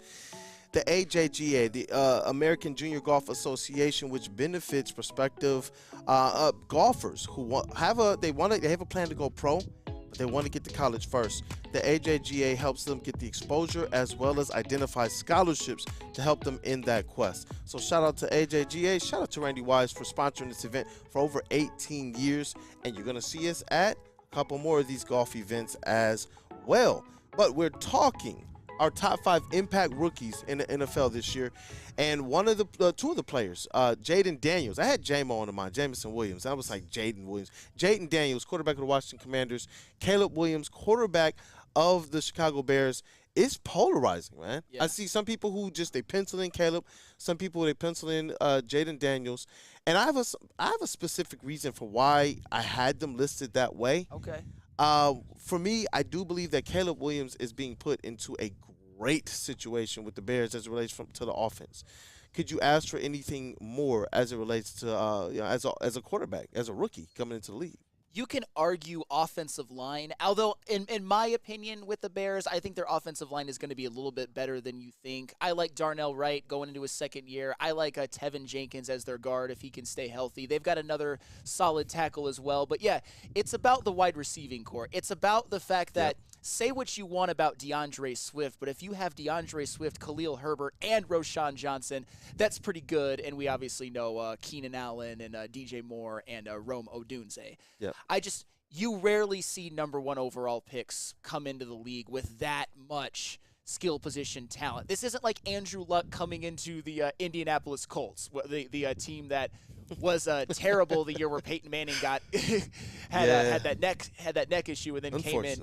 Yeah, this is just a unique situation, and I think that Caleb Williams, I don't want him to be good. I just, Not at all. as an objective football fan, I just think that he's going to have a really good rookie year, and the Bears are going to win 8 or 9 games. It feels like it's kind of set up for him, especially with the skill set that he has. And I think he has less to clean up mechanically and his technique and such and his skill set than a Jaden Daniels, who I believe there's a little bit more to the footwork that he has to get right. There's a little bit more to some of the touch that he has to get right. On the deep balls, I absolutely love what he brings in the intermediate, and as well as make sure you pass out the backfield. I know his first pass was excited, a little jazzed in that preseason game, but just a few things to clean up, and I think he's going to make a big impact. But his feet, man, his ability to kind of read and react to the defense as well is going to make him very, very, very special.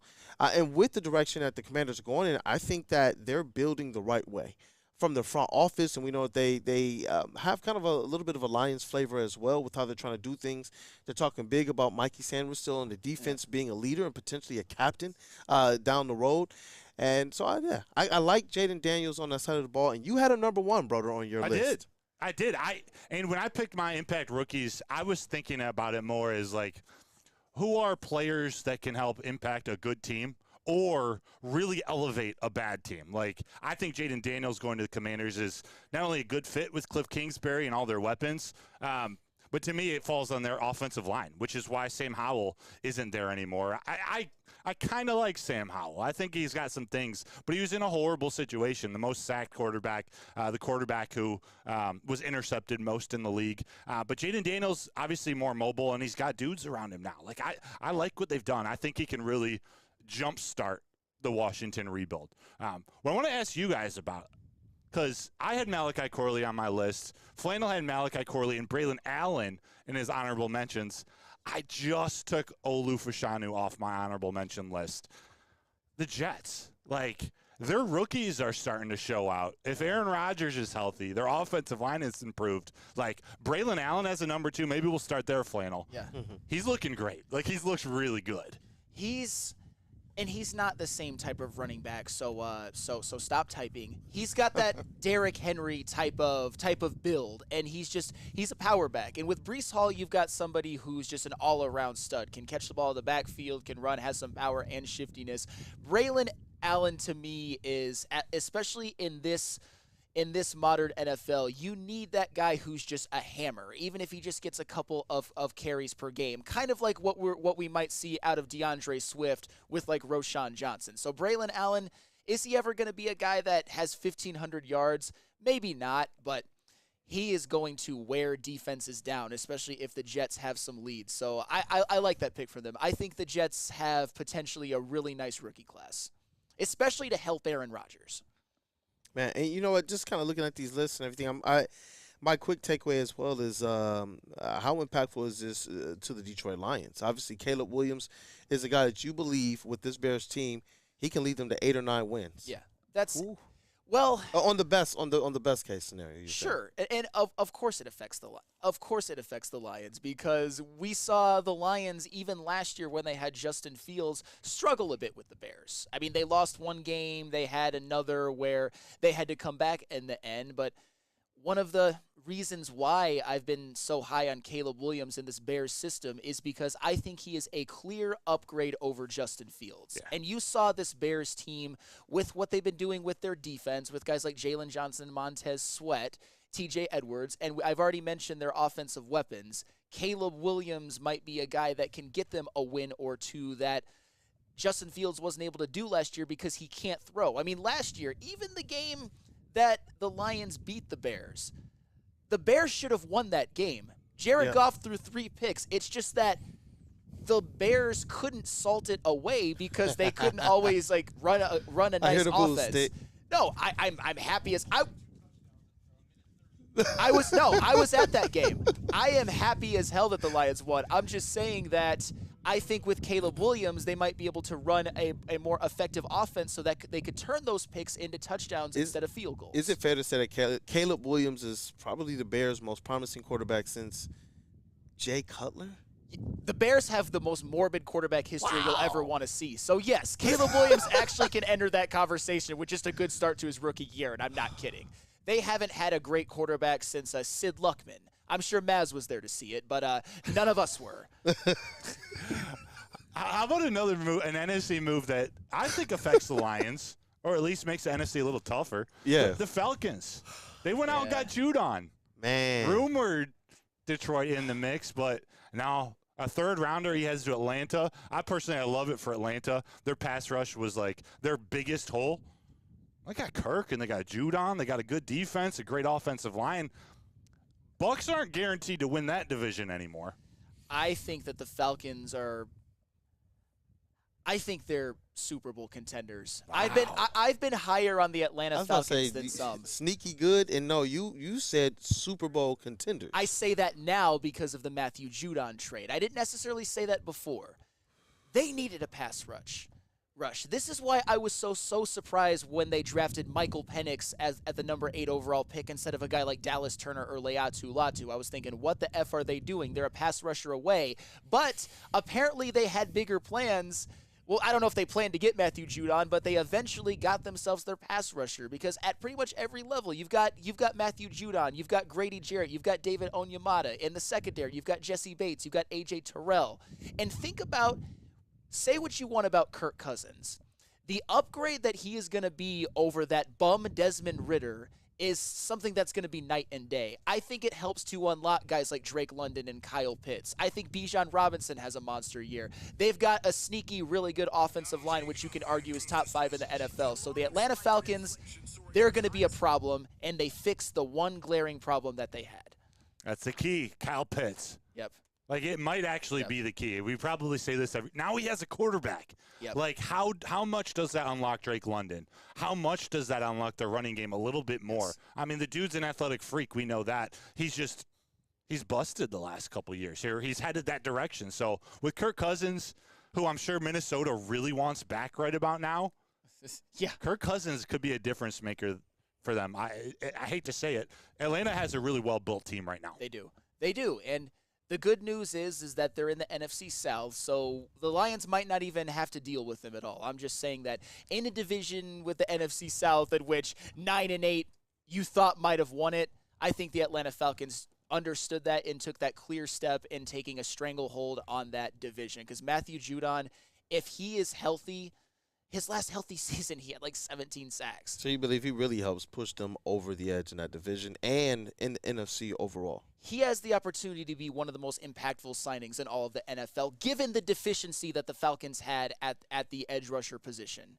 He's going to be huge for them. And Grady Jarrett, I think that allows somebody like him to be more of the help instead of somebody who you're counting on to put up those big sack numbers, because that's not really something Grady Jarrett has done.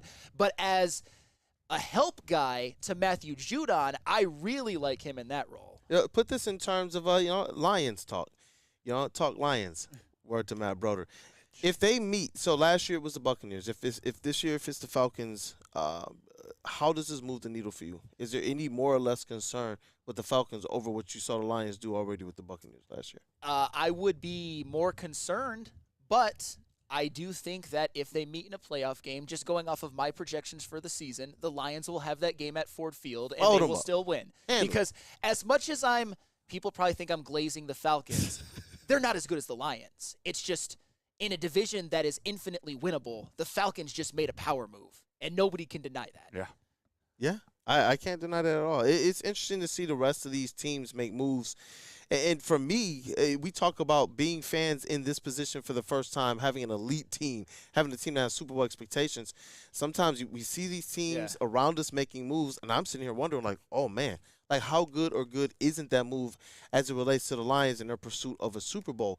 Because the rest of the teams, they're not just going to lie down just because the Lions are standing up right now. Sure. They're going to continue to take swings, and that's one that does. It kind of has my ears perked up. I am looking at seeing how the Chicago Bears do this year. Not that I believe there's some serious threat to the Lions, but obviously we talk about the longevity. There are some teams that I believe have really put themselves in a good position. They have to execute. Yeah. Like we keep saying, they have to execute, but there are some teams out there making some pretty savvy moves. That's going to make it just that much more of a contest for the Detroit Lions this year. The good news, though, is that the Lions made some pretty damn good moves Talk about it. that are flex on them. That they themselves will become more contenders for the Super Bowl. As I mentioned, I gave a lot of flowers to the Bears, maybe more than people would have liked, and I understand that. I gave a lot of flowers to the Falcons. they are not going to overtake the Lions. Not this year, probably not even the year after that. The Lions are as much of a Super Bowl contender as any team in the NFL. They should be as much of a favorite as any team in the NFL, and I cannot stress that enough. Man, look, at the beautiful Spring Meadows Golf Course, man. Here for the AJGA Golf Tournament presented by Randy Wise Automotive Team. And this is the Randy Wise Celebrity Golf Tour. We got a lot more of these remotes on the way. Man, it's a beautiful day. Absolutely. It is a beautiful day. I know we got a couple more segments here. Got to get into this next break, and we got a little bit more football talk for you. Yes, sir. Let me tell you about Soroki's Crispy Chicken and Pizza, because they're taking over Michigan. They're known for their quality, hand-battered, hand-breaded chicken tenders, sandwiches, and New York-style pizza with locations popping up all over Metro Detroit. You can count on some good grub. Just stop in at any location like Madison Heights, which they just had their grand opening, or at any mega station near you. Go to www.sorokis.com.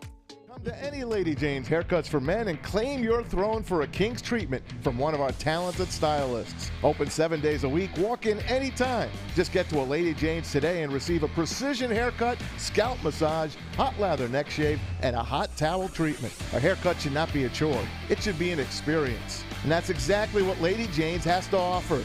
Open 7 days a week, walk-ins are always welcome. There's always a location near you. Lady Jane's Haircuts for Men, it's wicked awesome. The Ally Challenge presented by McLaren is back August 22nd through 25th at Warwick Hills and Grand Blanc. Be there for PGA Tour Champions Golf, Family Night, concerts, and more. Tickets start at just $15. Get yours at allychallenge.com today. Thank you to the Detroit Lions and Sheila Ham for the best season in Lions history. Now it's time to let Brad Holmes cook. Woodward Sports. At Planet Fitness, you can get everything you need for just $1 down. Trying out Planet Fitness and dang, they got lots of equipment. Not me getting a Planet Fitness membership just for the 24-hour perk. Hey, y'all better get on these free fitness training sessions from Planet Fitness. Did y'all know that the PF app has workouts you can do at home? Cheapest therapy I can find is Planet Fitness.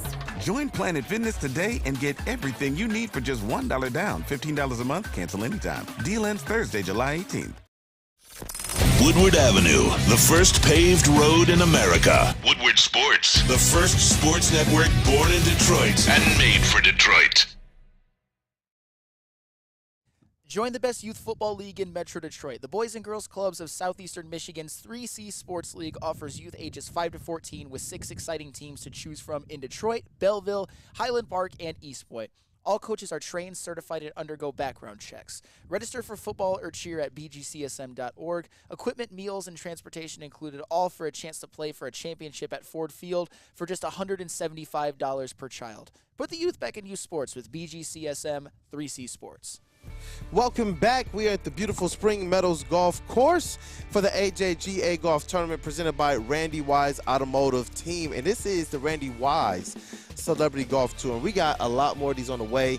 Hope you guys stay tapped in because there's some big names that you're going to see. Obviously, you guys know Darren McCarty, Kirk Gibson, Megatron, just to name a few. Shout out to Kelvin Johnson, supporter of Woodward Sports Network. And I'm hoping that you guys are as well. Chat family, as always, you're the most important part of this thing. Go on ahead and smash that like button. Let's zoom on through the goal today. We always depend on and appreciate you all's support greatly. So, hey, look, we got some more football to talk about. We got to talk about University of Michigan, ranked number 9 in the AP preseason poll. And I got to ask, what'd you say? JB Smooth is out here saying that he was told that they were top 5. Well, he first stuttered and said top 10, and he realized, oh, they are top 10. They are top 10. Yeah. Sparty of the show. But you know what? That dude Justin. Shout out that dude Justin. But I got to ask this question, man. You talking about the defending national champions. You talking about Sharon having a pretty good recruiting season. Is this a fair ranking for them? Number 9 behind, Penn State, Notre Dame? I think that it is fair. And I am pounding the table that Michigan can go 10-2. They can make an impact in the playoff, at least 10-2, by the way, because they've got as much high-end NFL talent coming back as anybody, particularly on the defensive side of the ball with guys like Will Johnson and Mason Graham.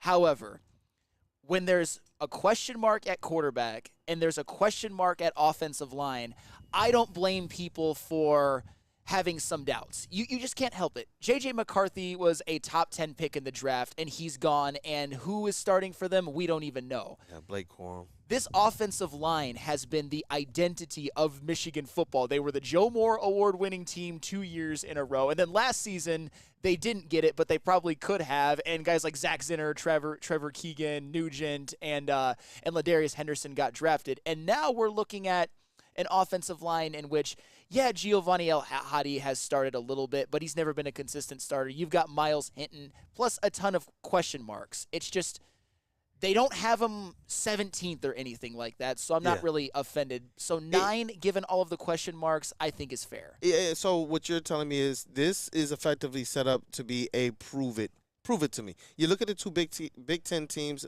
actually – a little bit more. I forgot the conference has expanded now. There is a lot. There is a lot on here now. They're telling Michigan, if you are that deal, go out there and prove it. But I don't think that they disrespected them. I do believe it's a little low. I do want to shout out the top 10, and then I'll throw it over to you. You got Georgia, Ohio State, Oregon, Texas, Alabama, Ole Miss, Notre Dame, Penn State, Michigan, Florida State.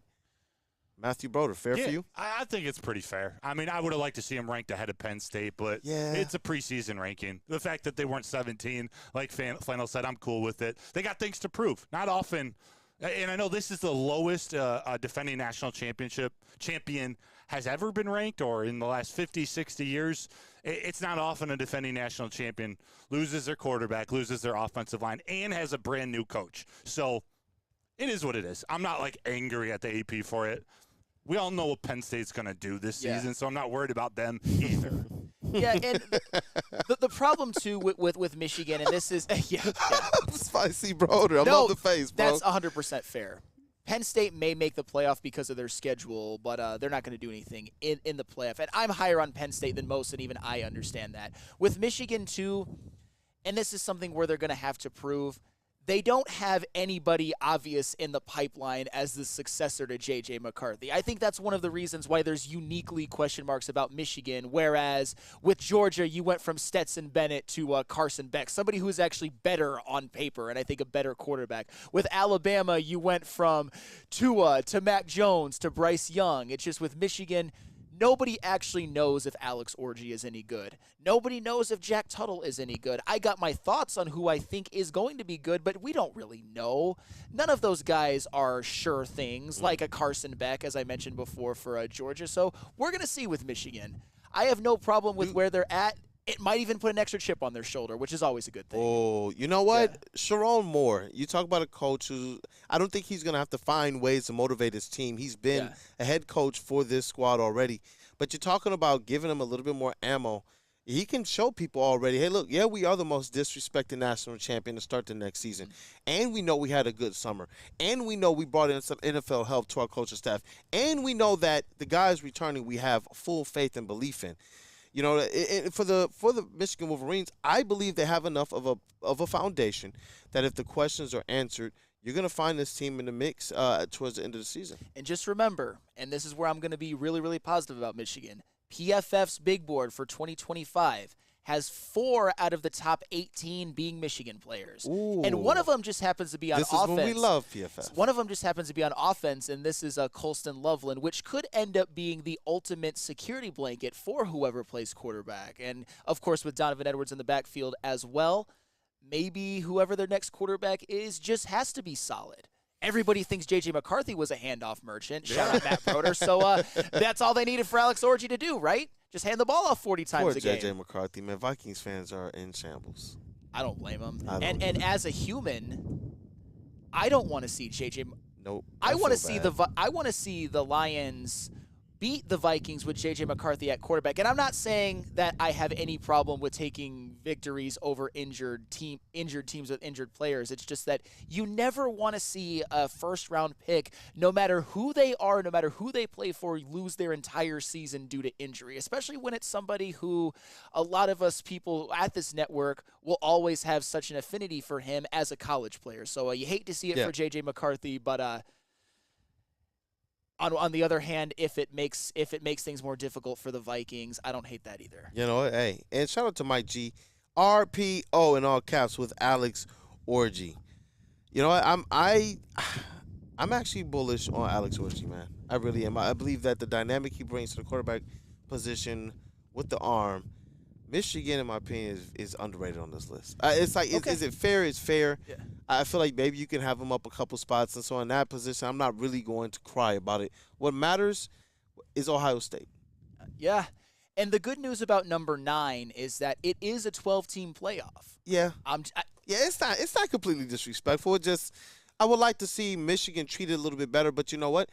When has that ever happened? It's not going to happen. Not from the media and the polls. They got to go out there and they got to earn it. And we saw this last year. We knew as the polls continued to come out and people started talking about, you know what, we think Ohio State's better than Michigan. They have to go out there and earn it. This is going to be always the Michigan way. For as much as people want to talk about, oh, Michigan is so hoity-toity and posh and this and that, I'm sorry. I saw them go out there and punch everybody in the nose, deal with all of the noise, and absolutely go out there and then have the biggest, and they're going to continue to be the biggest petty national championship acceptance ever, man. And I'm here for it. Well, season of Kiss the Rings. It leads up to a potential, just imagine this. And this could happen, by the way, because there is a big 1,000-pound gorilla on Ryan Day's back right now. Just imagine if Ohio State as he's standing on third base. Just imagine if Ohio State is number 1 going into the game at the Horseshoe, which is possible, by the way. And then Michigan, talk about it. Maybe they lose a game or two up to that point, and they're underdogs. That's a lot of pressure on Ryan Day. And just imagine if Michigan wins that game. If Michigan he doesn't wins make it back into the locker room. He doesn't. He doesn't. They don't let him back in. It's worse than the other 3 losses combined. This is a weaker Michigan team, at least on paper. This is Ohio State is the better team on paper. Don't get it twisted, which is why it would make it that much more sweet if Michigan goes in and wins. I'm not calling for it, by the way, but it's possible. Steve-O, baby, I see you. Kool-Aid, Ohio State was 11-1 last year. It's not like they had a bad season. It's not about a bad season. This is about the fact that people thought they were better than Michigan. I didn't think they were better than Michigan when they were undefeated. I didn't have worries going into that game. Nothing started in terms of worries for me until we got to the college football playoff, where we don't know how they're going to match up against some of those teams that they don't play all the time. I had no worries about Ohio State, but clearly out there in the media and some people who vote in these polls thought that Ohio State, as we got closer and closer to the end of the season, thought that they were better than Michigan. And these are the things that Michigan's going to have to deal with. That means that, look, your margin for error is not there. If, oh, man, you know, Ohio State loses 1 or 2, let's just sneak them into there. Michigan can't rely on that. You see how everything is turned against them. We thought before it was just the ESPNs and the Feinbaums of the world. Now it's the actual NCAA. Well, and too, with a Ryan Day, nobody is trying to claim that in a vacuum he's a bad coach. And this is something that I tried to explain to Sean Beligian. I'm not saying he's a bad coach. I'm not saying that he's done a bad job. His record outside of Ohio State in bowl games is damn near flawless. We all get that. But at Ohio State, thinking as an Ohio State fan, Jim Tressel won a natty and consistently pounded Michigan. Urban Meyer won a natty and consistently pounded Michigan. Ryan Day has not won a natty, has, I would say, underachieved with a couple of the teams, and been pounded by Michigan. That's a difference. That's the Ohio State difference as to why Ryan Day is really feeling the heat right now. He is by no means a bad coach. Honestly, if I were an NFL team that needed one, the Lions obviously don't, I would love to have Ryan Day as my offensive coordinator because that man knows offense. He might not be a bad coach. Yeah. But he was born on third base, huh? Well, and that's part of the story with Ryan Day is that Urban Meyer gifted Ryan Day a national championship-ready team, and Ryan Day has not been able to cash one in. Not saying he's done a bad job. It's just ask Ohio State fans how they feel about Ryan Day. I had an Ohio State fan who I worked with on shows for a really long time. Lucas Klotz wanted his head on a swivel. And he's not the only one. I'll just say that. Lucas was almost to the point that he was like, look, Doug, if they lose to Michigan one more time, I'm done being an Ohio State fan if Ryan Day is brought back. And there are Ohio State fans who feel that way going into this season because they understand that from the perspective of Ohio State, there is no excuse why they shouldn't beat this Michigan team. You get me too pumped up, dog. Look, I know. The watch parties were already epic, man. We had some epic moments, but Michigan walking into that game against Ohio State this year. Yeah, that's going to be epic because all the pressure's on them. And I don't know, man. Sharon Moore is just starting to impress me more and more. That team's going to be swagged up. Yes, and just a fan. I just got to respond to this. Guys, wake up and smell the coffee. Ohio State is a good team, and I hate them. They were last year. No. When did I say that they were a bad team? I said that they should beat Michigan. They are better on paper. Ryan Day is a good football coach outside of Michigan and the bowl games. Everything else surrounding the game, everything intangible is on Michigan's side. Right now, all the pressure is on OSU. All of it. Ryan Day, what is Ryan Day thinking the week before and the night before the game? That's what I'm saying. He's not just thinking about, okay, how do I even score? Bro, how do you keep your job? It's that's different now. That's the part of coaching, and we all know this. That's the part of pressure. Ryan Day, in a vacuum, I have no doubts about him calling a really good offensive game and having a good offensive game plan. But against Michigan, imagine if it's close. Imagine if their offensive line, which has some question marks, by the way, has some trouble blocking Mason Graham. What if their wide receiver core, which I don't think is as strong as it has been, given the fact that they lost Marvin Harrison Jr. and then the year before guys like Garrett Wilson and Chris Olave, what if Will Johnson has no trouble with Emeka Egbuka? That's not crazy, by the way. What if it's a little bit closer? Ryan Day just might it wouldn't shock me if he puckers a little bit. Not saying that he's going to cost them the game and choke, but what if? What if he does? Where's Stick at? It's a 2,000-pound gorilla on his back right now. I keep adding weight to it, but it keeps going up. And it's because, just a fan, that Ohio State should win this game. As a Michigan fan, I don't even know if I'm calling for Michigan to win. Ohio State's got that pressure, though. Pressure sometimes it bursts pipes, bro. Ryan Day's 1-3 against Michigan. Yeah, he just is. Hey, Stick Radio. Ryan Day, his last name is Day. Ryan Day is trash and a disgrace to my last name. And just one more on this. I just gotta throw this out there. I don't know if it's a live grenade for Flaherty or not, but Cody Ingle. It took Jim 7 years to win the OSU game, but people will say that Ryan Day sucks. So what was Harbaugh handed versus Ryan Day? Well, let me just say this. Ryan Day. You guys are getting it wrong. I'm not saying that Ryan Day sucks. Not even a little bit. But as you said, Jim Harbaugh took over a more talented team than you think, but from Brady Hoke, who took it over from Rich Rodriguez. And a lot of us Michigan fans, I will admit it, we are fortunate that Jim Harbaugh was given the leeway. And for the record, I Flannel Sam, as an objective person, am not saying that Ryan Day should be fired if they lose to Michigan. I'm saying what those psychopath Ohio State fans think. And I'm not even saying psychopath as a bad thing. We all are with our college football fandom to an extent. Yes, sir. Ohio State fans who are the age of myself, who are the age of Kool-Aid, who are the age of Broder, had a really long time of Ohio State just beating the piss out of Michigan every single year. With Urban Meyer, it was literally every single year. Every single one. I don't hate nobody but Urban Meyer. LeBron James, 25 points. Urban Meyer was undefeated against Michigan. That's what Ohio State fans who are my age are used to. It's what Ryan Day has had the talent and I think the resources to continue that dominance. But Michigan has leveled up as well. I'm speaking as an Ohio State fan. I don't, as if I were, as somebody, not as an Ohio State fan, but if I were an Ohio State fan talking from the ones that I've talked about, they're not Ryan Day fans. I, Flannel Sam, am not endorsing that Ryan Day should be fired if they lose to Michigan, but Ohio State fans certainly are. And it's a beautiful thing to see them so shook up about their head coach for once. And Eric Burrow might have said it best. He said Cedar Point and Hocking Hills, only great things in Ohio. That's true. I've never given up a hit to a Buckeye. That's fair. Hey, word to Broder getting the fist pump from KG as well. Absolutely. I absolutely love it. But, hey, look, we got to get into this mailbag segment. Where are we going next? Hey, KG, you got something to say? Oh, no. You go ahead. Go to break. All right.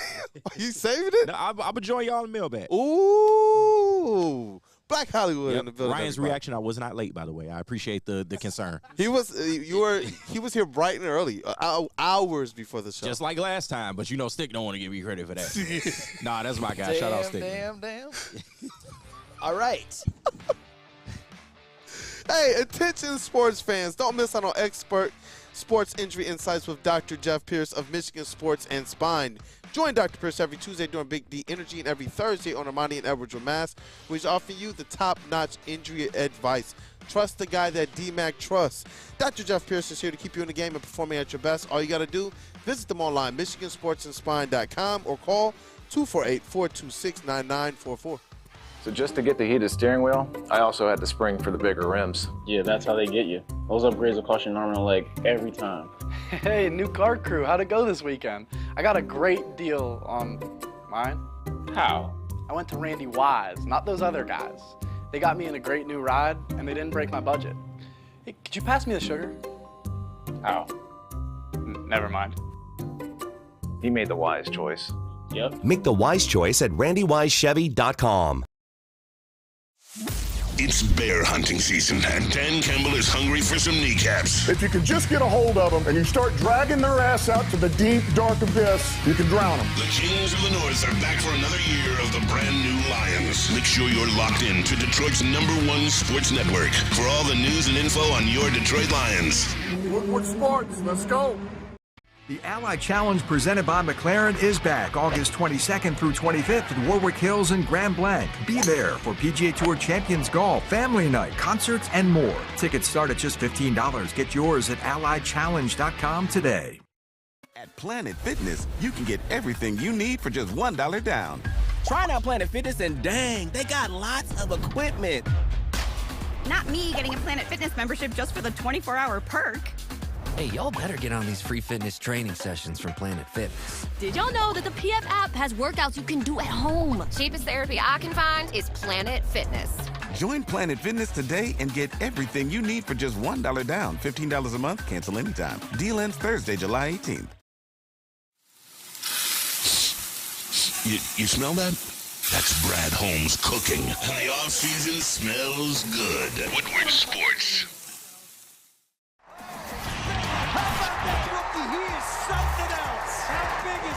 All of Detroit's sports teams live on Woodward.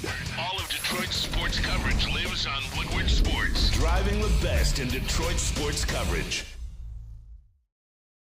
Hey, how would you like to play in Darren McCarty's charity golf outing? It's the Randy Wise Celebrity Golf Tour. Register today, and you play like a VIP. Yeah. Pipe down, KG. Go to woodwardsports.com or scan the code in on the screen. When it comes to your next car or truck, make the wise decision. Randy Wise Automotive. And we are back. You, bro. That was I was just being funny. No, you all good.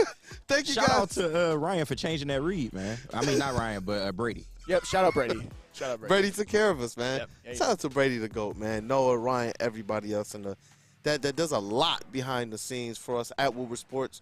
We're not what we are without those guys as well. But welcome back to Wake Up Woodward. And you know what? Wake Up Woodward isn't what it is without you guys. Go ahead and smash that like button. Let's zoom through the like goal before the end of the show. And let's show Woodward Sports that this chat, word to Eduardo O'Neill, is on one. And we got to get to our mailbag segment. It is sponsored by Feldman. But, man, the American Junior Golf Association, it has been absolutely beautiful. Absolutely beautiful. The day, it's been cool. I started with this jacket on. It was like 60 degrees earlier. Yep. Guys, get your mailbag questions in. Broder is looking at the chat. I got but one. But it feels like I need to get it off. Let's get into it, man. Take it off, Kool-Aid. Take it off. Cody Engel, mailbag. Which game will make you say the Lions are winning the Super Bowl if they win, and what game, if the Lions lose, will make you worried? Oh, there's one game for both for me. That's the Seahawks beat the Seahawks. Yo, they beat the Seahawks for me. That's a team that's just had AG's number. I'm looking for the defense to really make a difference for this team this year. Solve them. I don't care what the talent is out there. Just solve them. Beat them. And it's more emotional than anything. Obviously, there are teams like the Cowboys and the 49ers, but I have to go with the Seahawks for this one. If they lose to them, it's going to be very concerning, especially with where it is in the season. I don't think that there's any particular game where I'm like, oh, crap, like everything that they worked for could be all down the tube. But the Seahawks is a really good one, though. It's just – and I get it that the Lions lost to the Seahawks last year and still had a successful season by their standards going to the NFC Championship game, and they could still do the same. They could lose the Seahawks and win the Super Bowl, but there is just a mental block, I think. And it may be even more about us fans because the Lions have an opportunity, which is rare. They get to play the Seahawks at Ford Field 3 years in a row. I don't know how that happened, so you got to get that one on Monday Night Football. That would be pretty symbolically nice. For AG's sake, man. Shout out to Aaron Glenn. He has not been able to solve them. But this is the most talented defense AG's ever worked with. So that, I got hopes this if year, anything's going to change it, it'll just be that AG's got more to work with. We definitely owe them one. But to me, I mean, I'm like Sam, there's no really like game that sticks out. But to me, it's the Packers. The Packers, if we lose to the Packers twice, then maybe I'd be a little concerned. Ooh, that's your next nearest competition. I mean, there's only a 2-team race in NFC North to me, so if you lose to the Packers twice, then I'm a little. That sounds disgusting. That's a good caveat. Losing to the Packers twice, and there might be an object thrown at the flannel household. Not because I'm a violent man, but that would be very frustrating. We all would admit that'd be very frustrating. A soft object, like a stuffed animal or something like that. That's going to hurt anybody. How about this from Steve Lehman, mailbag? Would you be opposed to bringing in Yannick Ngakoue to help out the edge room if they can get him on a cheaper contract?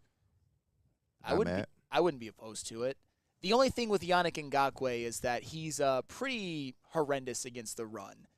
If you want to use him as that third down pass rush guy, he's been an impact player in this league. Even last year with the Bears before he went down, he made some plays, and he's been a multiple-time 10-sack guy. So if they have a role for him, I wouldn't mind it. But Yannick Ngakoue almost seems like he'd be too similar to James Houston. It all depends to me on how they feel, the confidence that they have in James Houston, because I hate to say it, he did not look great out there in that preseason game, but it was in a role that he wasn't necessarily accustomed to be played. But a Yannick Ngakoue, I wouldn't hate it if you could get him on the cheap, no matter what, just because you can never have too many pass rushers. Side note, I'm jacked that they're now they're moving Houston just to edge rushing. 1,000%. Go find the quarterback. Wait, what? Heat-seeking missile. No more Sam linebacker for James Houston. He's just rushing off the edge. This is like in the last 2 days, maybe, or this week they've announced it. Seriously? Yeah, it's phenomenal. My gosh. We do not need. Fans have been crying for this for a few years. We do not need James Houston to be an all-around linebacker. We need him to almost be Neanderthal-ish. See quarterback, kill quarterback. That's literally what he did in 2022. Especially with any injury concerns. I just want him going forward. I don't want him having a forward, backwards, forward, back. None of that stuff. Bro, just go get the quarterback. You know what, James Houston? Be one of the best sacks per snaps guy we've ever seen. I didn't know that. Do that. He literally was. What did he have? Like 8 sacks and 100 and like a little over 100 snaps. Do that. That's insane. That's all we need. Hey, shout out to Shaquille Oatmeal. Beat the Seahawks, and this season is a success. Okay, that's not he even put the remotely. laughing emoji. That's not even remotely. Okay, fair enough. That's not even remotely close to being true. But I see what you're doing. I was going Week 10, by the way. If they beat go to Houston, beat the Texans, say no. That's a good one. You guys, that's a good one. This is our turn. That's a great one. This is our we're up next, so back off. That's a great one. I think that's all right. They're ready. And then the Bills, they lose to the Bills at home again late in the season. I'm like, man, ew. That just sounds illy. Yeah, that's no one. Just stay out. Freddie Felt 313 mailbag. Seeing how I'm driving home to Detroit today, what's your guys' go-to road trip snack? He's got to go with the yellow Gatorade, beef jerky, and sour candy like Sour Patch Kids, Sweet Tarts, or Nerds. Road trip snacks. Wow. I know you got some good ones, Flannel. Oh, because that's breakfast, lunch, and dinner. I would honestly, I gotta have me like a 32-ounce Dr. Pepper or something like 32. that. Dr. Pepper, I like it. 32. Hey, look, man, the road trips, me and the family, we drive everywhere, bro. From Florida to all the way to the top of Michigan, man. Got to have the Pure Leaf. Stay caffeinated for the drive. Okay. Got to have the M&Ms, the one of the peanut variety. Yes. You got to have those on the road. You got to, man. Not too many of them because it's still chocolate. And beyond that, listen, man, you got to have some Tahoe cookies. I love the Tahoe cookies, the white chocolate macadamia. It's perfect, man. We ain't got no Slim Jim people in here? Listen, I was going to get there. I love the beef jerky. That one, you got to always have that on. The protein gives you that little bit of boost, man. Slim Jim, I don't know, man. I used to when I was younger. It's fake jerky, but it's great, though. I switched that Tabasco one? Oh, my God, stop it. What about you, KG? Well, M&Ms, like you said, Tabasco, Slim Jim, and then some kind of chips, Funyuns, maybe some hot fries or something like that. Sour Patch watermelons for me. Dante151, mailbag. How nice would it be if both MSU and Michigan beat OSU in football? You know what? It would be great, That would be though. awesome. I mean, it'd be phenomenal. Do you want to know something funny? Let it fly. I would rather Ohio State beat Michigan State. I hate Michigan State so much, and those emboldened fans. Yeah. That if they have a 4-8 season, I will be like. I can't even tell you what I'm gonna do. If their new coach Jonathan Saban or Nick Smith doesn't work out, I will love it. If their new quarterback Aiden Jackson or Lamar Childs doesn't work out, I will be on a level. Give me Ohio State to beat Michigan. I mean, I want that to happen personally. Time out. Stop the game. Stop the game. Look. Even though I'm a Sparty, I don't care for Michigan at all, but when it comes to Michigan versus Ohio State, I'm still going to root for Michigan because we all have this hatred love for that team below us. If we're brothers, in Ohio. we can fight each other. Yeah, But we're you know brothers. what? We're still gonna fight just because we're brothers. But at the same time, when it's against someone else like Ohio State, I'm still gonna root for you guys, regardless. It is what it is. Like, look, hardball word manual. There might have been some bad blood there, but when it's Ohio State on the schedule, what it is what it is. Shout out to Dirty Dr. D to Kool-Aid. What about the discount school? Stop making fun of my organic Skittles called Giggles. Sheesh. Oh yeah, you were supposed to bring them in. No, listen. Queen Kool-Aid is buying some Giggles. We will have them on the show next week. Them dollar store ass We're Skittles. going to have Giggles. We're going to have Skittles. Come All on, right? Kool-Aid. You better than this, bro. Them Aldi brand Skittles, man. Come on, King dog. Kool-Aid at home right now. Like, what? Why they going on my snacks for? Oh, snap. All right, last question. It's 10 o'clock, but Ryan's reaction, mailbag. I'm just going to pick two of these three. Give me all your over-unders for Bears, 8.5, and Packers, 9.5 wins. Bears, 8.5. Under for me. Packers, 9.5. While Flannel's thinking. Over. They'll have 10 over wins. Packers, under Bears for everyone. Eight for Bears, 10 for Packers. I think I got. You got the Bears over? 9 wins for the Bears. 9 for the Bears, 10 for the Packers, 11 or 12 for the Lions. Yeah, I'll go under on the Bears. I dig it. Cool. What about you, brother? I go under for the Bears, over for the Packers. Packers are 10, 11 wins. Ooh. Bears are right. They're at 8. Like they're 8 or 9, 7, 8. I think they're 8. This NFC North Their schedule's easy. It's underrated, man. I think it's gonna be definitely the black and blue division. Yep. Hey, let's rock. Is that a show, brother? Or do you see anything else? Yes. Well, let's rock, man. At the spring. I am the controller of the time. Yes. No, that's a fact. Listen, leading up Y'all to should the hear show. this guy before the show. Talk to KG real quick. What time did you guys start yesterday? 59. Yeah, 8 o'clock. 8 o'clock. Send it up. Send it. 8:01, guys. Those were technical difficulties. And I definitely get it because Broder has a passion, as we all do, for making sure that you all, chat family, are taken care of. Just as you guys are taking care of us, make sure you go and smash that like button before the end of the show. Let's zoom through that like goal. But let's break this thing down. Shout out to intern Chase. We're going to have him back with us soon. But it's been a show at the Randy Wise Celebrity Golf Tour. We're at Spring Meadows Golf Club for the AJGA, the American Junior Golf Association. It is an organization, nonprofit organization, aimed at helping young golfers who are headed to college but have a dream of playing pros get scholarships to go to college. So, hey, shout out to them. Shout out to the Randy Wise team as well. You're going to see us at a lot more events tomorrow. We got D-Max outing as well. Stay tapped in and plug the socials if you want more information, too, on that event. But it's been a show. That dude Justin is here working hard as always. We got Stick in the building. I know you guys have seen him. Hey, shout out, though. Got to go over here to our booth. Well, today it's out in the space. JB Smooth, WUW Sports' MVP. You want to say what up, though, to the people? What's up, people? Hey, and we got KG, Detroit's #1 draft pick. What up, though? Hey, what up, man? Stay off them giggles, man. Get you some trail mix or something. You know what? While we're over there, shout out to Matthew Broder, our credentialed Tigers, and our Lions reporter and writer for the network. Great job, brother. Thank you.